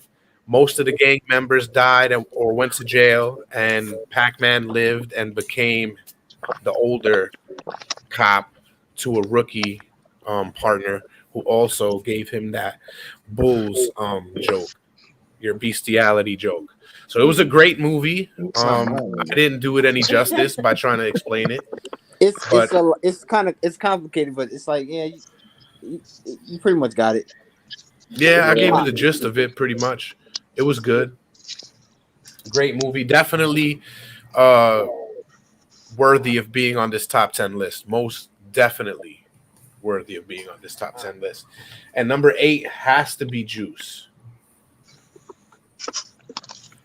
Now, Juice is a 1992. Which one of y'all seen Juice? I know y'all two motherfuckers seen it. Excuse me. I was supposed to mute that. Hope you enjoyed that in audio only. That was just for you. My bad. Your mic's still on. I know, but I don't have to burp more. The fuck? Your mic is still on. But no, I have not seen Juice. But of course, you knew that. Yes, I knew that. We all know that. Well, Juice was a 92 crime thriller film directed by Ernest Dickerson and written by Dickerson and Gerald Brown. Ernest Dickerson, baby. Ernest Dickerson. Ernest Dickerson. What my friends call me. Well, every time I hear that name, Ernest, I think of the fucking Ernest movies. Fucking classics. Yeah. What? Yeah, exactly. I'm old. Ernest P. Worrell. Yes, I am. The first one of those I ever saw as a kid was the Halloween one. Yes, me too. I love that one. Ernest Scared Stupid. Yeah, I was not prepared for that shit. It scared me a little bit. I was like, oh my god. Hey, Talon, we seen a movie together. Seen that, but then it's fucking. Oh my god. Nothing else. He was allowed to see that one. And it scared him. That's why he wasn't allowed to see none of these fucking movies. It's like 3 or 4, like shit. I was very innocent at that time. All right, sir. Well, Juice, it starred Omar Epps, Tupac Shakur, Jermaine Hopkins, and Khalil Kain. The film touches on the lives of 4 black youth growing up in Harlem, following their day-to-day activities, their struggles with police harassment, rival neighborhood gangs, and their families. So this is a true hood movie. The film is written and directed by the debut of Dickerson and features Shakur his acting debut. The film was shot in New York City, mainly in the Harlem area in 91. It takes place. Well, the plot of this movie is, and I'll try not to butcher it as much as I did before, but this is pretty long. So Bishop Rowland, which is Tupac, Quincy Q. Powell, which is Omar Epps, Raheem Porter, which is Khalil Kane, and Eric Steele, which is Jermaine Huggy Hopkins. The 4 teenagers of African American descent. They're friends growing up together in Harlem. They regularly skip school. Lean on Me should come before Juice. Well, listen here, little lady. We didn't put Lean on Me on here because we're not sure where that movie takes place. Well, ranking this. 89. Or that could be hood ass kids. We know in it's suburban 89, school. but let me tell you, we don't know where it takes place on our list. All right, we didn't. Some of us didn't see that shit, and it's kind of similar to The Substitute and the other movie with Michelle Pfeiffer. So, little lady, I say again, it is not on our list. Okay, it can be on your personal favorite, and we will do an honorable mention maybe before we get to top 5. Okay, Lean on Me will be your honorable mention there. All right. Just for you. Just for you there, little lady. Now, where was I? Think you're about to wrestle some cattle. Wrestle up some cattle. Cow tipping. Rustle up some grub. Don't you dare tip my cows, you son of a bitch. All right. While the 4 teenagers are growing up together in Harlem, they regularly skip school instead of spending their day hanging out at Steele's apartment on the neighborhood arcade, and also record the story. All right, fuck this. Check it out. Right, Bishop, he's Tupac, and he's the big gangster ghetto motherfucker, but he's a pussy because he gets bullied by the fucking the Latino crew, and he always has to get saved by his crew in the morning. What the fuck is that? Every morning, just getting his From the ass Ang? saved. What a worthless son of a bitch. For real. Every morning, bro, in front of the store. And the fucking the first time they let you see it, he gets saved by them. And they like kind of tussle. Bro. They kind of tussle, but the Spanish man comes out of the store with a gun. And he goes, "Get out of here, I'll shoot your pee-pee off." It's hilarious. You gotta watch it. Anywho. Juice is a good one, but that's my opinion. Well, That's what now an opinion is. it's okay there, little lady. I just done got there to explain to you that we're going to mention your Lean on Me, and we're going to take it all the way to the mention right in between number 6 and number 5. Right before we get to the top 5, we're going to mention Lean on Me just for you. We guarantee it. It is our number 1 stamp grade A guaranteed, and we're going to do an honorable mention for you, and that's going to be just for you, Miss Nicole. All right, then. Now back to your regularly scheduled program. Juice. So Q is he's a fucking a DJ, and Raheem is supposed to be the unproclaimed leader of the crew. And fucking Steele is the fat kid, you know, the one that hangs around them, Cartman, the mix. The mix. That's funny. That was out of nowhere. Hey, that was flagrant. Well, I was like, wait, did he just It's say just the like, mix? hey, bro, you ready to go? So Q, he's fed up with being a pussy, and he's tired of the harassment that him and his friends have endured. So he decides that the group must go on to bigger things in order to win respect. Q's unsure of it. One night under Bishop's persistence, the friend decides to rob a local convenience store. The same convenience store where I told you the guy came out and said, "I shoot your pee-pee off." Like, go to another store, man. However, Q's unsure of the plan and also fears that it's going to affect his chances of participating in the DJ competition, which he's yearned to compete in for years. Although he is eventually pressured by his friends during the robbery, Bishop fatally shoots Quills in the head, and the group flees the scene. Quills was the store owner, Fernando Quills.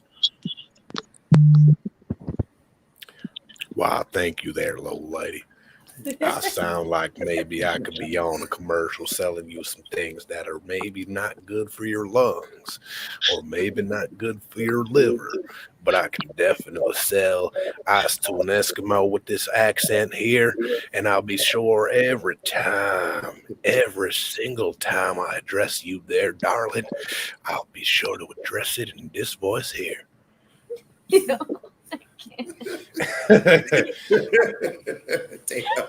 Gotta give you that, bro. Gotta give you that strong accent. So I mean, it after does sound like he's molesting the mic with his mouth. I definitely am molesting the mic with my It mouth. sounds like you can make beans, MSMR. put bacon in the same pan. You sound like you got it on cancer. That is not how you do asthma. And this is what it sounds like when I think I got it like that. It's the old cane. That's what it sounds like when I get throat cancer. Anyway, so they kill the store owner in that robbery, and they run into the basement and they're tussling, and Q kills Raheem. Not Q, Bishop. A bunch of people. Yeah, I don't know why you said he was pussy, because I'm like, he was in the beginning of that shit. He was pussy, and then he got the gun, and he's outnumbered 5-1, and it's like, oh, okay, it's easy to be hard and tough when you got everybody got scared of Bishop after he fucking got the gun, because then he killed the store. Very rare when it comes to like little street gangs like that. So that's why niggas thought they had the juice. I got the juice now. Put some ice in here so I can pour you some juice. Different kinds of juices. Well, you got more sugar than alcohol. He did. He got fucking trigger happy. He killed Raheem, right? And then he killed the Spanish dude. After he killed the Spanish dude, he fucking threatened Q and Steel. After he threatened them, he fucking killed Steel. And then after he tried to. Steel wound up living in the hospital. But Radamez, that was the Spanish dude name. Yeah, Radamez. But fucking Q after the DJ thing kind of fought with Bishop, and at the end he came out on top and he killed Bishop. I mean, he didn't kill him. He died by like accident, kind of. He what? He didn't want to kill him. I can barely hear you. Nah, he didn't want to kill him. He chased him through the fucking building and everything. Shot at him in the fucking elevator and all that. Now that's a classic scene right there. Yeah. Very classic. Nigga said, "What are you gonna do? Shoot me in the elevator?" And nigga shot him. Shot at him. Yep. Tupac was insane in that movie. He got gun crazy after that. He what? I do too. That, which is why he made Poetic Justice after that, so that people could think that he was a sweetheart. He probably was. You don't know. What, a sweetheart? Yeah, to the females, not to the. That's why Jada still prefers him over Will. He's dead. Maybe. Anyway, I think we spoke about that in one of those episodes. Other reasons why she prefers him over Will, but we ain't gonna talk about that. Right. All right. Which is apparently why everybody chooses fucking Pete Davidson over the world. Mm-hmm. Exactly. Anyway. What? Exactly. Now you understand it. Hey. I tell you the truth, Papi. Hey, that's good. I don't lie to you. I tell you the truth. Anyway. Juice was a classic. When you brought up Pete Davidson in the I'd world, say it was a pedophile. No, they're talking about Schlingy size. yo, we all are. Wait, did you hear what he just said? Yes. No, I didn't hear what he said. When he said I that, he heard. said Bob Saget. I heard what Tyler said. Loud and clear. I did not. What did he say? I didn't say shit. Well, if you want to tell, if any of you caught what he said or want to tell me or enlighten me about what he said, catch this episode in the archives and email me at thebreakroomlive@gmail.com so I can know what the fuck he said. Or make a clip. Make us go viral. Catch some shit. Right? Make a clip. Put us on TikTok. Tiki-taki. We up there. Tag us. All right. Well, from here. You doing the tiki-taki? You want to bamba? You want to roll with the big boys? Huh? Are you gonna run kitty kitty? Huh? Hey.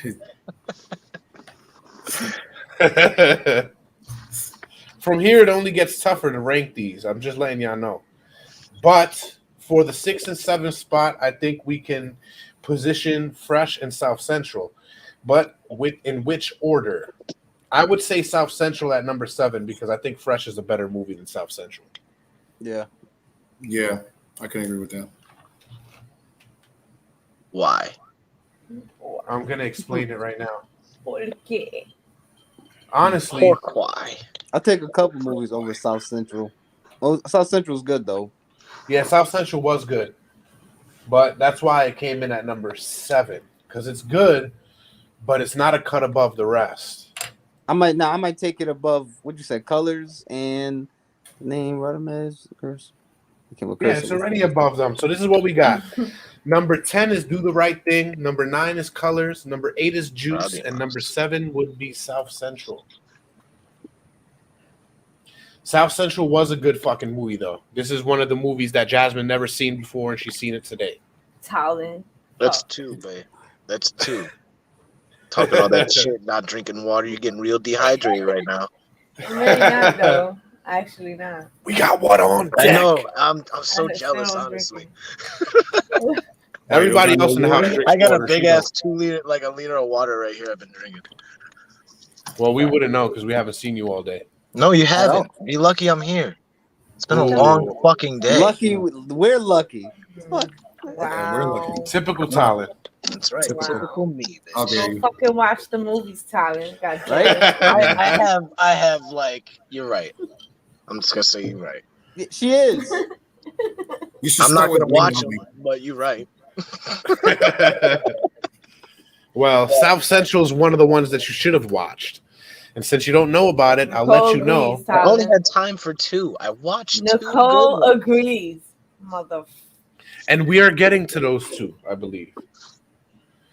Yeah, And South the Central. fact that we haven't gotten to the 2 that I've seen, at least I made good choices. But nah, fuck me.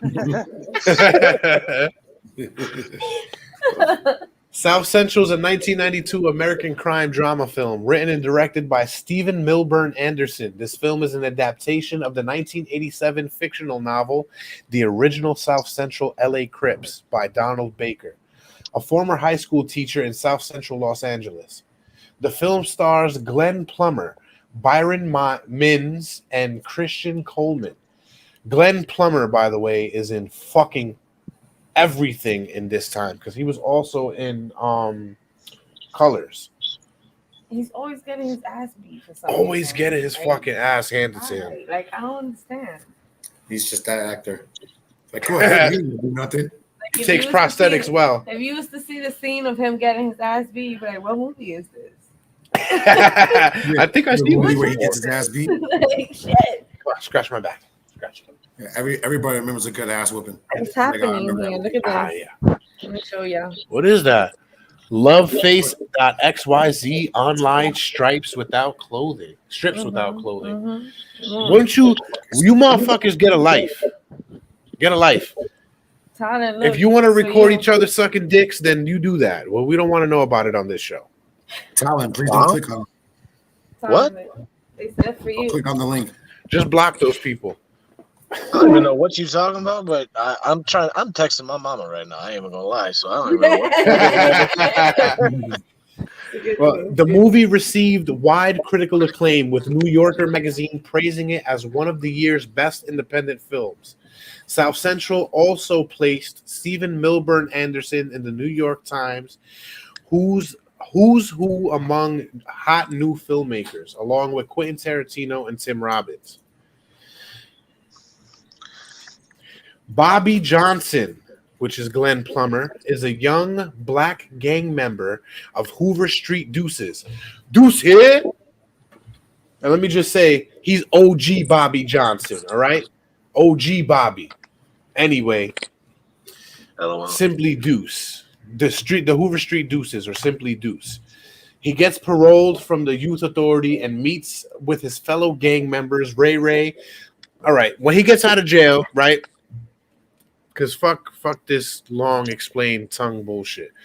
When OG Bobby Johnson gets out of jail, he links up with his deuces, and they take him to his fucking his bitch's house because his girl had a fucking baby while he was in jail, and he never got to see the baby or none of that. He didn't even know the baby's name because she never came to see him because she was a fucking shermhead. She was a fucking shermhead. But when they get there, she's knocking on the drug dealer's door. She comes down. She's like, Bobby. She's like, Bobby, why didn't you tell me you was getting out? I would have did my hair.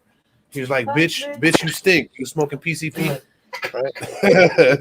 Do you even have hair? He really said that. He really said that. But they start going at it with the drug dealer because he used to turn bitches out and make them hoes and shit. He used to be their pimp.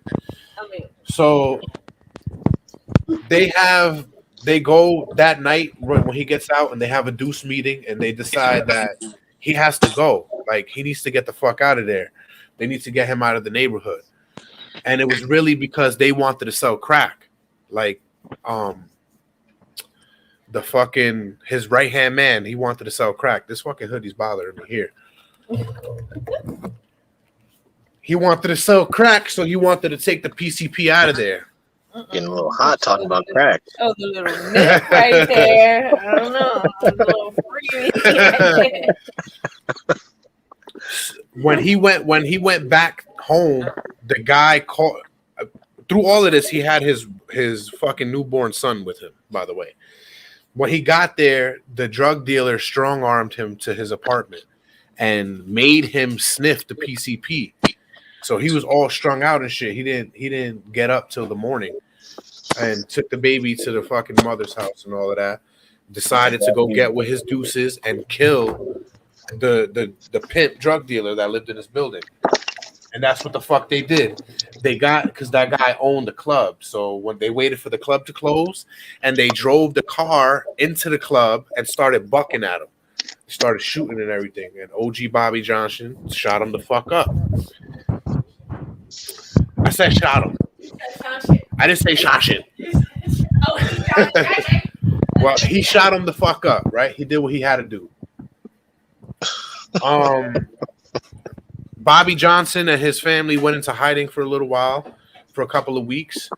Then his bitch decided she got fucking cabin fever and she wanted to leave. As soon as she left, his boys came to pick him and the baby up. They were just joyriding, but they were fucking dickheads. They picked up an undercover cop that was posing as a prostitute and told the baby in the car. With the baby in the car, bro. With the baby in the car. You won't learn today, little nigga. And they said they were down with the 187, and they showed her the crack, and she was like, "Oh man." He was like, "So how much this ride's gonna cost, baby?" Bitch was like, "Nothing. It's on the government, and you're under arrest." So he ended up going back to jail, I guess, for the murder. And he went for a good 10 years. So the movie fast forwards to when his son is like 11 years old, 10, 11 years old. And he's a deuce now, too. So his one-time right-hand man got his son stealing stereos. And he hears about this. He's in jail, and they're showing him reforming. So he's changing his life. He's changing his ways. He takes his little star off. History X on. Huh? Yeah. He reformed himself, kind of like American History X, except he didn't get fucked in the ass. It wasn't a racist. Yeah, it wasn't some race shit. It was more like black on black crime shit. Good shit. Yeah, well, they made him, they made him think differently and made him become a righteous brother. Anyway, he gets out of jail after his son gets caught stealing somebody's stereo at night, and the guy comes out with a shotgun and blows his son's back off. But his son don't die. He ends up staying, bro, literally, and they show it like his fucking back was shredded, bro. This kid's back was shredded. There's no other way to explain it. Stole from the wrong one. Mm-hmm. Hope you don't like walking or moving or eating or doing anything by yourself. So this nurse befriends him, and she's trying to show him the right way while he's recovering and shit. His dad gets out, and the first place he goes is to his girl's place, and she wakes up and says the same shit. Bobby, why you ain't tell me you was getting out of jail? I would have fixed my hair. And I know in his fucking mind he wanted to say the same shit. Bitch, you stink. You smoking PCP? Because she looked just like a fucking strung out crackhead. Anyway, by this time, his son is all healed up and he's in foster care. Wait. He's what? He's all healed up and he's in foster care. But I thought his back up. Bro, his back was shredded, bro. He caught him jumping over the gate, so he caught him with more than half those pellets. And was he shooting like? Okay, so it was just like a pellet shotgun. It wasn't like buckshot he was shot with. Bro, it didn't blow a hole through him. Well, that's why I was slightly confused. Like, I didn't know if they were being inaccurate or if it was just a different caliber, and that's why. Because when you said he recovered, I'm expecting him to be like paralyzed or something. He got shot in the back. Spine is not that deep. Yeah, but technically, when you have a shotgun and you're trying to protect your home, the quote unquote formula is birdshot, buckshot, birdshot, and then buckshot's the rest if you really have to. Yeah, I'm trying to get a shotgun. See if I can get an image in his back. Okay, well, at least it makes sense they recovered, because at first that was a little shocking to hear. Like, he did what? He did some superhero shit? You get shot in the back with buckshot, bro. You ain't nobody dragging you to the hospital to try to save your life. They're gonna put the white blanket over your head. Yeah, I was gonna say, I was like, I don't know if this is just for the sake of the movie or if I'm missing something, but I was just missing something. I can't get the like a picture of his back because it's mad for early 90s thing. It was pretty fucking graphic. Like the prosthetics they used was more horrible than the first Freddy's face.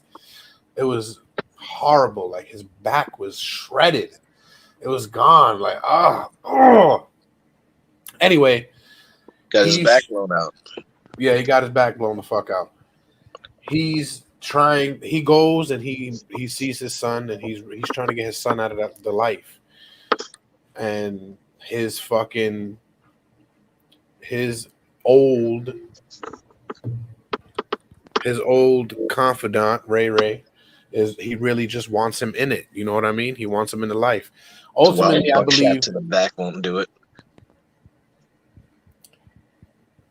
No, buckshot to the back won't do it. He fucking bro, you just have to see it. And I don't want to show the clip on the show because they always flag my shit. Anyway, it ends with Bobby in like a standoff with him over his son, standoff with Ray. And Bobby tells him that he loves his son and that he would give his life for Jimmy. Ray lets go of Jimmy and Bobby because he had him in like a little hostage situation. They embrace each other. And Ray let them leave with one of the cops, and he runs out of the warehouse. And Bobby tells Jimmy that they must start their lives over, but this time they'll do it the right way. And the scene fades away as it fades to black as the two walk away out of the warehouse together, father and son. So this is one of the few stories on this list that kind of ends in like not everybody dying ever after. Yeah, pretty much. Like everybody's life ends in all the movies so far, pretty much. So it had like a good premise to it. He wanted to teach his son the right way, and at the end he got to. So it is what it is. So that was a good choice for number 7. Number 6 gotta be Fresh. Fresh is one of my all-time favorites.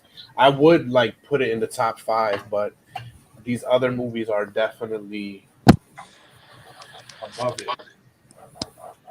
Now, just so I don't go over number 5, we'll put Friday as number 5 because it needs to be in the top 5, and now it is, and we already explained it. But Fresh, I'll go over real quick because we're running low on time for this nasty ass episode. Because it is. These movies are fucking disgusting. I love them. 94? Was it 94? Yeah, 94. All right. No. we explain this. Fresh was directed by come on, Tiffany Company. What are you doing with the fucking advertisement? All right. Fresh was directed by Bose Yakin and written by Bose Yakin. It stars Sean Nelson, Juan Carlo Esposito, and Samuel L. Jackson. Fresh is a 12-year-old drug-dealing boy who finds himself trapped in a web of poverty, corruption, and racial tension in Brooklyn, New York, when his drug addict sister, Nicole, starts sleeping with local drug dealer Lord Esteban. Local drug lord Esteban. Fresh calls upon the skills he learned playing chess with his alcoholic father and speed chess champion Samuel L. Jackson, and devises a complex strategy that freed both him and his sister. This was a fucking good watch. Like, I would definitely watch this before I watch South Central. Hands down. Yeah.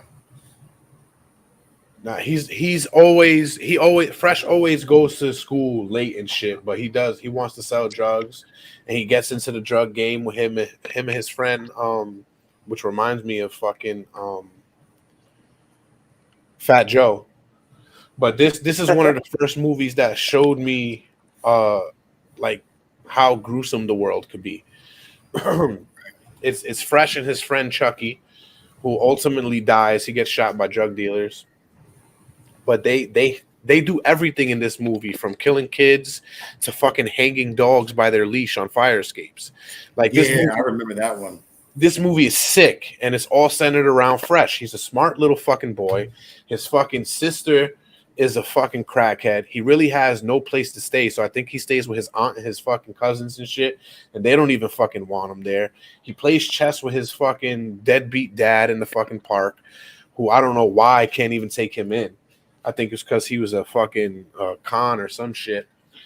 But at the end of it, he devises a plan to ultimately get what he wants. The cops out of his life, the drug dealers out of his fucking sister's life, and he takes everybody the fuck down. This is one good fucking movie. One that I recommend you guys see. And since we're running low on time, I'm not going to put the whole plot on there, because now we are up to the top 5, and coming in at number 5 is the movie we explained at number 10, Friday. Great fucking movie, definitely one of the hood classics. Everybody knows what it is. Good night, Nicole. I'm sorry I didn't see that a little earlier. Yeah, I did not do Lean on You. I did not do Lean on You tonight, girl. And I'm sorry. I really apologize, but since you're going to sleep anyway, we're going to move on to number 4, which is definitely going to be hard, because these movies here, they have a big spot on this list. We could cuck the audience right now and just stop with the bonus and make a part 2. A part 2 for 4 movies? I for think 5, not. and then we can add on some other ones. We can end that out and maybe talk a little bit more at length about them, since it's top 5. Well, I don't think we have to talk at length about the top 5, because the top 5 are top 5 for a reason. They're cult classics, and everybody except Talon should know what they are. No, you literally just went against the definition of cult classic. You fuck.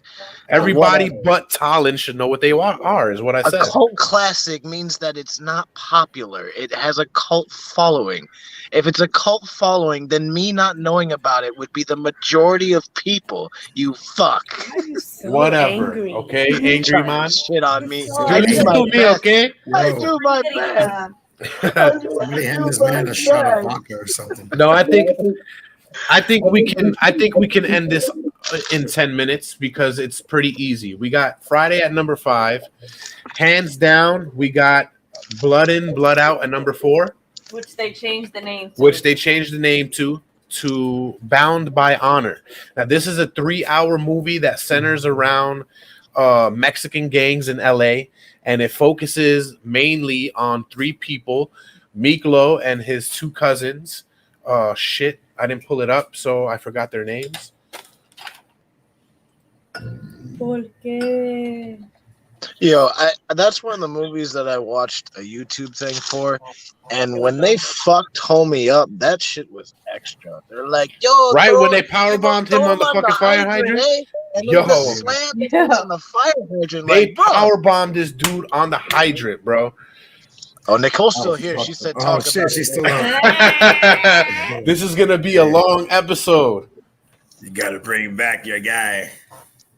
I mean, we haven't really had a long episode in a minute. It's not like it's Well, over. let me tell you something there, buddy. This guy never really leaves me. He's kind of a part of my soul.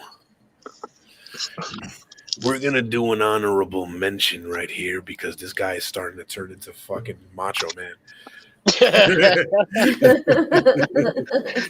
Yeah, brother, do it. Southern Macho Man. Ooh, yeah. Uh, Well, now, Lean on Me is a 1989 American biographical film. I'm telling you now, it's turning into the Macho Man. I can't help it whenever I do this voice for too long. He always comes out, brother. that's 'cause Lean you're on not a me. cowboy. But it's all right. I'm not a cowboy at heart. I gotta listen to some more Rick and Morty. That's where I got that voice from. Of all the voices, that's where you got that. That's where I got that from. He does it in one of the shits where he's explaining some shit. He's one of the narrators. Anyway, Lean on Me is an American biographical drama film written by Michael Schaefer, directed by John G. whatever his name is, and starring Morgan Freeman. It's based on the story of Joe Louis Clark, a real inner city school principal in Patterson, Jersey, whose school is in danger of being placed into reservership of the New Jersey state government unless students improve their test scores on the New Jersey minimum basic skills test, which is statewide testing. This film's title refers to the 1972 Bill Withers song of the same name, which is used in parts of the film, including the elementary school scenes where filmed in Franklin Lake, New Jersey. So it says mainly that in 1987, the once successful East Side High School in Patterson has deteriorated due to drugs and crime. And like Nicole said, Morgan Freeman is trying to step up and bring this school back, which the only way to do it is to make people's test scores higher. The minimum basic skills test is finally assessed, and the students are much better prepared and filled with a sense of worth by the end of the film. And before the results can arrive, the fire chief raids the school and discovers the chained doors.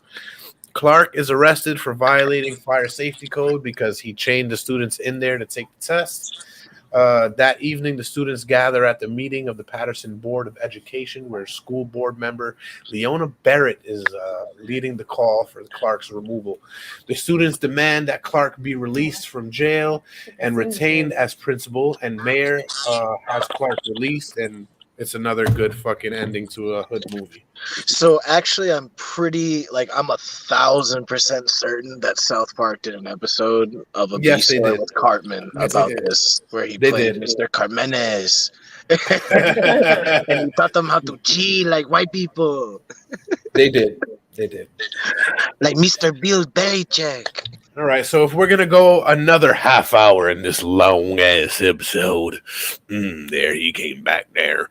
I think I got to do this My with my phone's mouth. dead. Well, my phone died. Your phone died. Yeah, but we're probably gonna need another 30 minutes. It's almost 1 a.m. in the morning here in New York and here in Florida, and now you hash everything my attention again. Okay. Well, I'm glad I got your attention there, girl, because now we're going on to Blood In, Blood Out. And it should have your attention because this motherfucking movie is one of the motherfucking greatest movies I've ever seen. And it's one of the longest movies I've ever seen, coming in at almost 3 hours. And that's because Vatos Locos Forever, Hey, Holmes. there's apparently a cut that's almost 5 hours, man. Like, it's fucking crazy. A milkweed. That's what he calls him. That's what they call Miklo, who is a half breed. He's white and Mexican, and you can He tell actually because played Ken in Street Fighter. I learned that while watching yes, YouTube. yes. I wondered where the fuck I seen him from. Yeah, that's what he was. That's why he looks so white. 'Cause nobody really knows watch what everything it is. on YouTube. So we're gonna call him Ken from now on. Hey, Blood In, Blood Out is a good movie. great. Now it centers around 3 Oh, check cousins, 2 brothers and 1 cousin, Miklo, Paco, and Cruz. Now Miklo, being the outcast, the white boy, he's just getting out of juvenile hall and running from beating his father's ass on a construction site where his father was racist to the Mexicans, and him being half Mexican didn't like it, so he beat his ass and went back to East Los, where his family is. His mother looks like he's the same age as her because this motherfucker's old in the scene that they're playing, because he's supposed to be portraying his young self as well. Nowadays, they wouldn't do that. They just cast 2 actors. But Cruz, Paco, and Miklo, they're in the Vatos Locos gang. And Cruz and Paco are stepbrothers, sharing a brother by blood, because Paco's mother married Cruz's father. So they're all in the Vatos Locos, and I believe their rival gang is Tres Puntos. So, you know, they're rivaling out with them, and Tres Puntos, you know, they graffiti the wall where Vatos Locos hang out, so they bust their window with a car. The Tres Puntos comes back and they fuck up Cruz.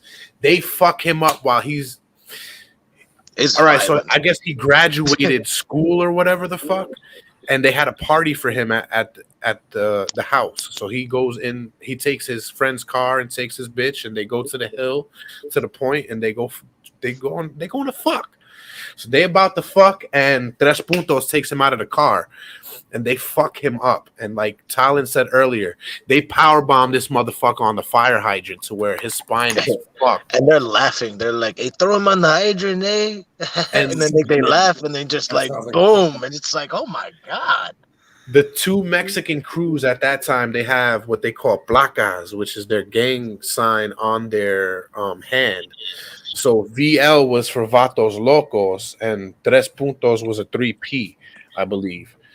So they cut that out of his hand too. Oh, shit. And everybody finds out that Cruz is in the hospital. He's fucked up. He needs surgery. He's not going to be able to walk, all this other extra yah. So Paco and Miklo, they get their crew and they go try to hit the Tres Puntos motherfuckers. Now, Tres Puntos are on the hill. They come up. These motherfuckers ambush them with the guns and shit. And Paco wanted to fight barehanded with the leader of the Tres Puntos, and he didn't want that. He took out a knife. He wanted to jig him and shit. So everybody just started bucking, and he beat the shit out of him towards the end of the rumble. No, they didn't. I actually saw that scene, and if they beat the shit out of him, he wouldn't have gotten up and went to his fucking car and grabbed a gun to go shoot at them when they're getting in the car. He wouldn't. He'd be hurting. He wasn't hurt. He got up, got his gun. He was like, "Oh, I should have did this before." They did not beat his ass. All right. Well, they got a couple good hits in. Anyway, he tried to go to his car and get a gun, and Miklo seen that, and he put a couple shots in his chest. And they ran because the cops were coming, but they crashed the car, and Miklo, through all of this, got shot too. So they didn't want to. Paco didn't want to leave Miklo behind, so they both got arrested.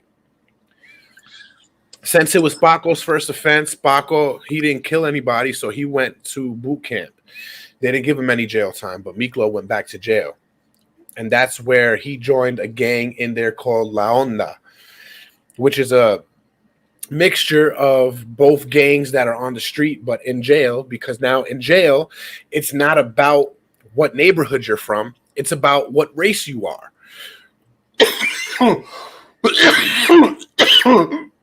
Excuse me. I need some water.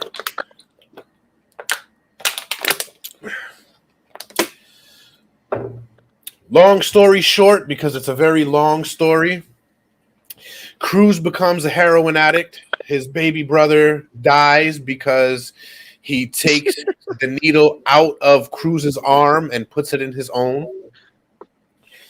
They write him off. Miklo, he becomes a a good member of the jail crew, but he gets out and he gets fucked by one of the people who actually tried to fuck him in jail, named Popeye. Wait, Popeye does fuck him? He tried to fuck him when he first got there. Nah, he didn't fuck him, but he didn't fuck him in a literal sense. He fucked him in a. Okay. Yeah. I know Popeye tried, and then he to his. No, he definitely tried. He pushed him down. He was like, "Give me some chocho." Yeah, he's like, "Give me some chocho." Like, do you know that he has an ass, right? It's ass pussy that you're trying to get. It's not. He doesn't have a real fucking pussy. That shit don't get wet. You got to spit on that shit.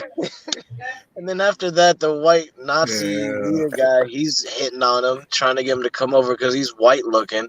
And then he ends up doing some seduction ass fucking honeypot to fucking kill him. That's how he gets in, because the only way to get in La Onda is for blood. Blood in, blood out. That's La Onda's deal. To get in, you have to kill somebody. To get out, they have to kill you. So, like I said, he gets in good with them, but he gets out and he's trying to fly straight. But Popeye fucks him for some money and a living situation. So he ends up taking Popeye's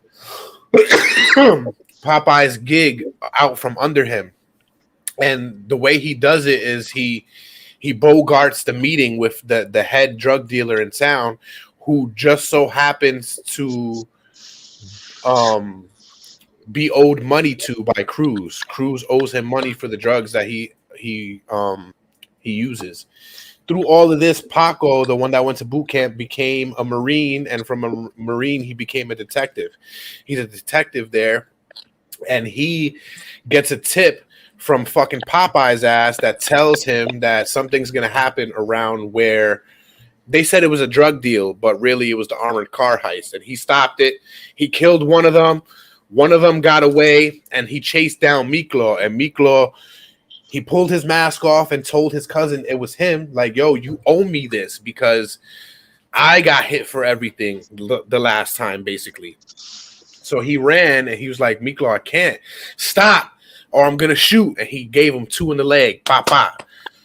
He didn't die, but he got his leg amputated and ended up back in jail. And it was fucking insane. When he gets back in jail, the Mexicans aren't as strong as they were when he left. And by the end of the movie, he basically uses Paco to get his way. He ends up being the head of La Onda and does the rest of his life in jail. Well, hold on. Don't skirt over the fact that he fucking uses the black gangs to gang up against the white gangs because they're in control now. And so he uses them, they run a coup and kill like all the white guys. But then he immediately betrays all the black dudes and murders them as well to take over the prison. Yeah, he murders everybody, and now he's the head of the fuck. He even murders the man who said was more like a father to him than anybody. The guy who taught him everything in jail. He gets him murdered too. Yeah, it's like a weird happy ending for him, and then it switches over to the other two where they just finish dancing together in a fucking sewer. Or whatever the fuck that is. No, that was the LA river or some shit like that. Yeah, you can call it a river, but it's surrounded by concrete. There's some shit in there. Definitely. and we are not gonna explain in detail our last three because they should basically explain themselves. And I don't know how you guys want to play this, but I'm gonna tell you how I would play it, and you tell me if you agree. All right? All right. Anybody? Dre? Dave? Yeah. All right. So next three, I would put at number 3, Menace to Society. I would put at number 2, New Jack City. And in at number 1, gotta be Boys in the Hood. I kind of agree with that. However, I want New Jack City to be number 1, but I was telling this to Dre. It feels like it was written by 2 different people, and the person who wrote all the parts that Wesley Snipes is in, it's a great film. It's compelling. The character, cancel that bitch. I'll buy another one. The fucking whole depiction of like crack and how it got into like the hood and what it did. Wonderful. And then you get over to the shit with Ice-T, and even the memes aside of how he is for now and the fact he's been a TV cop for 30 fucking years or whatever, and he's also a giant ice crystal man on Rick and Morty, the acting is ridiculous because he looks like a human with fucking predator dreads, and it's just really weird, like the way he delivers his lines. And it's unfortunate because Chris Rock as Pookie did a great job, but they fucking marred his whole shit as well because they spent like 15 minutes on this recovery only for like 20 minutes later this motherfucker to go back to crack because the very person who spent that week or two, whatever, making sure it comes out, guilted him back to crack. Like, it didn't make any fucking sense. He's like, oh, you old people, man. You old people. You gotta, a lot of people did shit for you. You old people now, man. And then he goes home and he beats crack once, but because nobody's giving a fuck about him, he goes back to crack again. And he dies right the fuck away. And it's like, yo, fuck these people on this side. It's fucking terrible, and it only starts to redeem itself towards the end after the point where it's like, I don't give a shit. I just want to see more Wesley Snipes. And he fucking killed it, and the crew around him, they also filled their roles well. I feel comfortable with giving that to you. I'll put Menace at 3, Boys at 2, and Jack at 1. Well, no, I wouldn't put Jack at 1 because of all the shit I just said beforehand. I would put Boys in the Hood at 1 because even though, like, overall it's just a better acted film, even though the story's not as good as New Jack City, it's just overall a better watch in how it's done. There's a lot more compelling moments, I think there are, and it's unfortunate that New Jack City gets marred the way it does. And I know I've seen Menace to Society, but I haven't seen it recently enough to really have a strong enough opinion because I didn't get to read that. Here we go with the scene stuff. Can you hear me? I said I saw it. What the fuck? Menace is good, and yo, Dre, we heard you though. So what you did, you got Dre tight. Anyway, came back. Dre, we heard you before you left. We heard you. Well, yeah. I can't put Boys in the Hood. Menace was good, and I think it was one of Lorenz Tate's best roles. I can't put that over New Jack City either. New Jack City, like the acting that Ice-T doesn't do as well is not that big a deal to me. I can't hear you. I can hear him. You can hear him. We can hear him. Yeah, I can hear him too. As long as we can agree that Menace is at 3, I'm comfortable bouncing back and forth for Boys and for New Jack. But New Jack is, like I said, it goes from being a hood gang movie to being a hood gangster movie, like organized crime type shit. And they took over the towers and they did all that shit. It was fucking. Let me just say that I am my brother's keeper, right? And I'm not gonna put a hole in none of y'all heads. It is, but like at the same time, it's self-contained in a particular hood area. Like it didn't really. He was trying to expand out into the city, but it didn't get that far. Almost. Can you hear me? Yes. Yeah.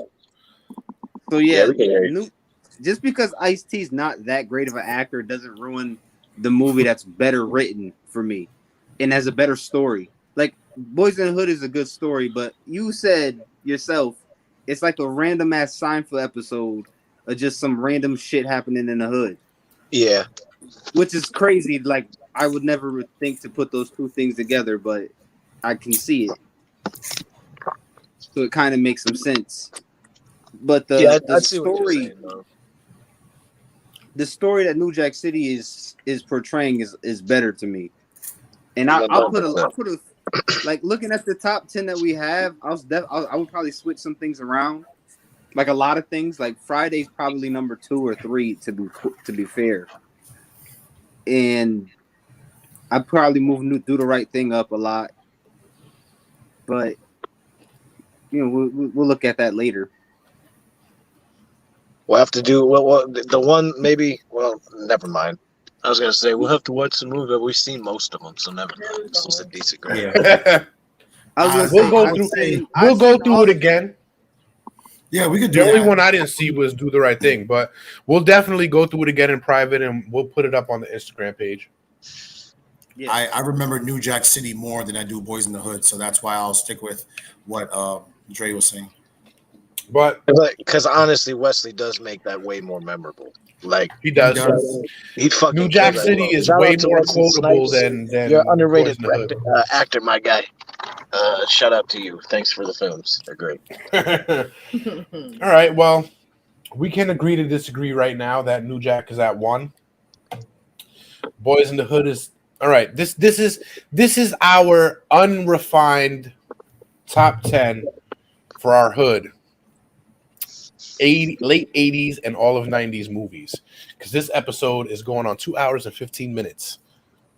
Now, New Jack City's number 1, Boys in the Hood is number 2, Menace to Society at 3, Blood In, Blood Out, which is now Bound by Honor, number 4, Friday number 5, Fresh number 6, South Central, Juice, Colors, Do the Right Thing, and Belly. And as we fill our belly, make sure you do the right thing and go to all our social media pages, like, share, and subscribe that. Go to the archives, like, share, and subscribe those too. Go to YouTube, smash that subscribe button, and make sure you have that bell ringing. That's right. And take clips. Take the stuff you find funny, put it up somewhere, tag us, let us know. We'll give you a shout out. We appreciate that kind of stuff. Definitely. Get creative with it. And if you go viral and you give us credit, we will send you a shirt. Hey, that's on capo. We'll do just like TikTok. We'll send you what it is. Now, we did say that we were going to do this, so real quick before we go, we are going to shout out all the countries that show us love. And we already know United States, you show us a little bit of love. We're not going to shout out every state, maybe one day, but love to the United Kingdom. Love y'all for listening to the Break Room. Thank you, mates. Love you. Canada, thank you for tuning in. Yeah, you fucking Hoosers. We love you there, eh? Australia, the Down Under. Thank you. Oi, I know you don't have much going on down there, but at least you got Illinois for you. Spain, we thank you. Muchas gracias. Sí, gracias. India, thank you. I don't know Hindi. Sweden, thank you. Estonia, thank you. Yes. Italia, Italy, thank you very much. Mucho gusto. Grazie. Germany, Hail Hydra, thank you. What the fuck? That is not right for you to be saying that. Hydra? I'm a Marvel fan. Yeah, but they're just fucking evil. They are. Ireland, thank you very much. Israel, God bless you and thank you. Portugal, thank you. St. Lucia, thank you. France, I love your fries. Thank you. That's oh my god, you fucking. Those are all the countries that you can find us on because You like we literally said I are love you and flipped them off in the same sentence. Like that was crazy. whatever. All of you, thank you very much. Thanks for culinary stuff. I Yes, guess. because we are also listened to on baguettes. Baguette. Omelette du fromage. You guys are making sure not only to listen to the Break Room on Facebook, Twitter, Twitch, and YouTube live every Saturday night. You're also going to the archives on Apple Podcasts, Google Podcasts, Overcast, Breaker, Castbox, Pocket Cast, Public Radio, and Stitcher. So thank you very much for tuning in and keep doing everything you're doing. Keep giving us the support that we so cherish. And it's Radio Public. Yes, not very Public much. Radio. Whatever, Radio Public. We'll be on Public Radio. We're better than Public Radio because we're international. We get it done. Yes. Every weekend. Thank you to all of you out there. Gracias. So everybody, shit. Oh, What the heck? that guy is rusty. Little rusty. I gotta watch some cartoons. Well, I just want to say thank you and good night because I've been me and you've been you. So thank you for coming through. Are you Until next time. Thank you.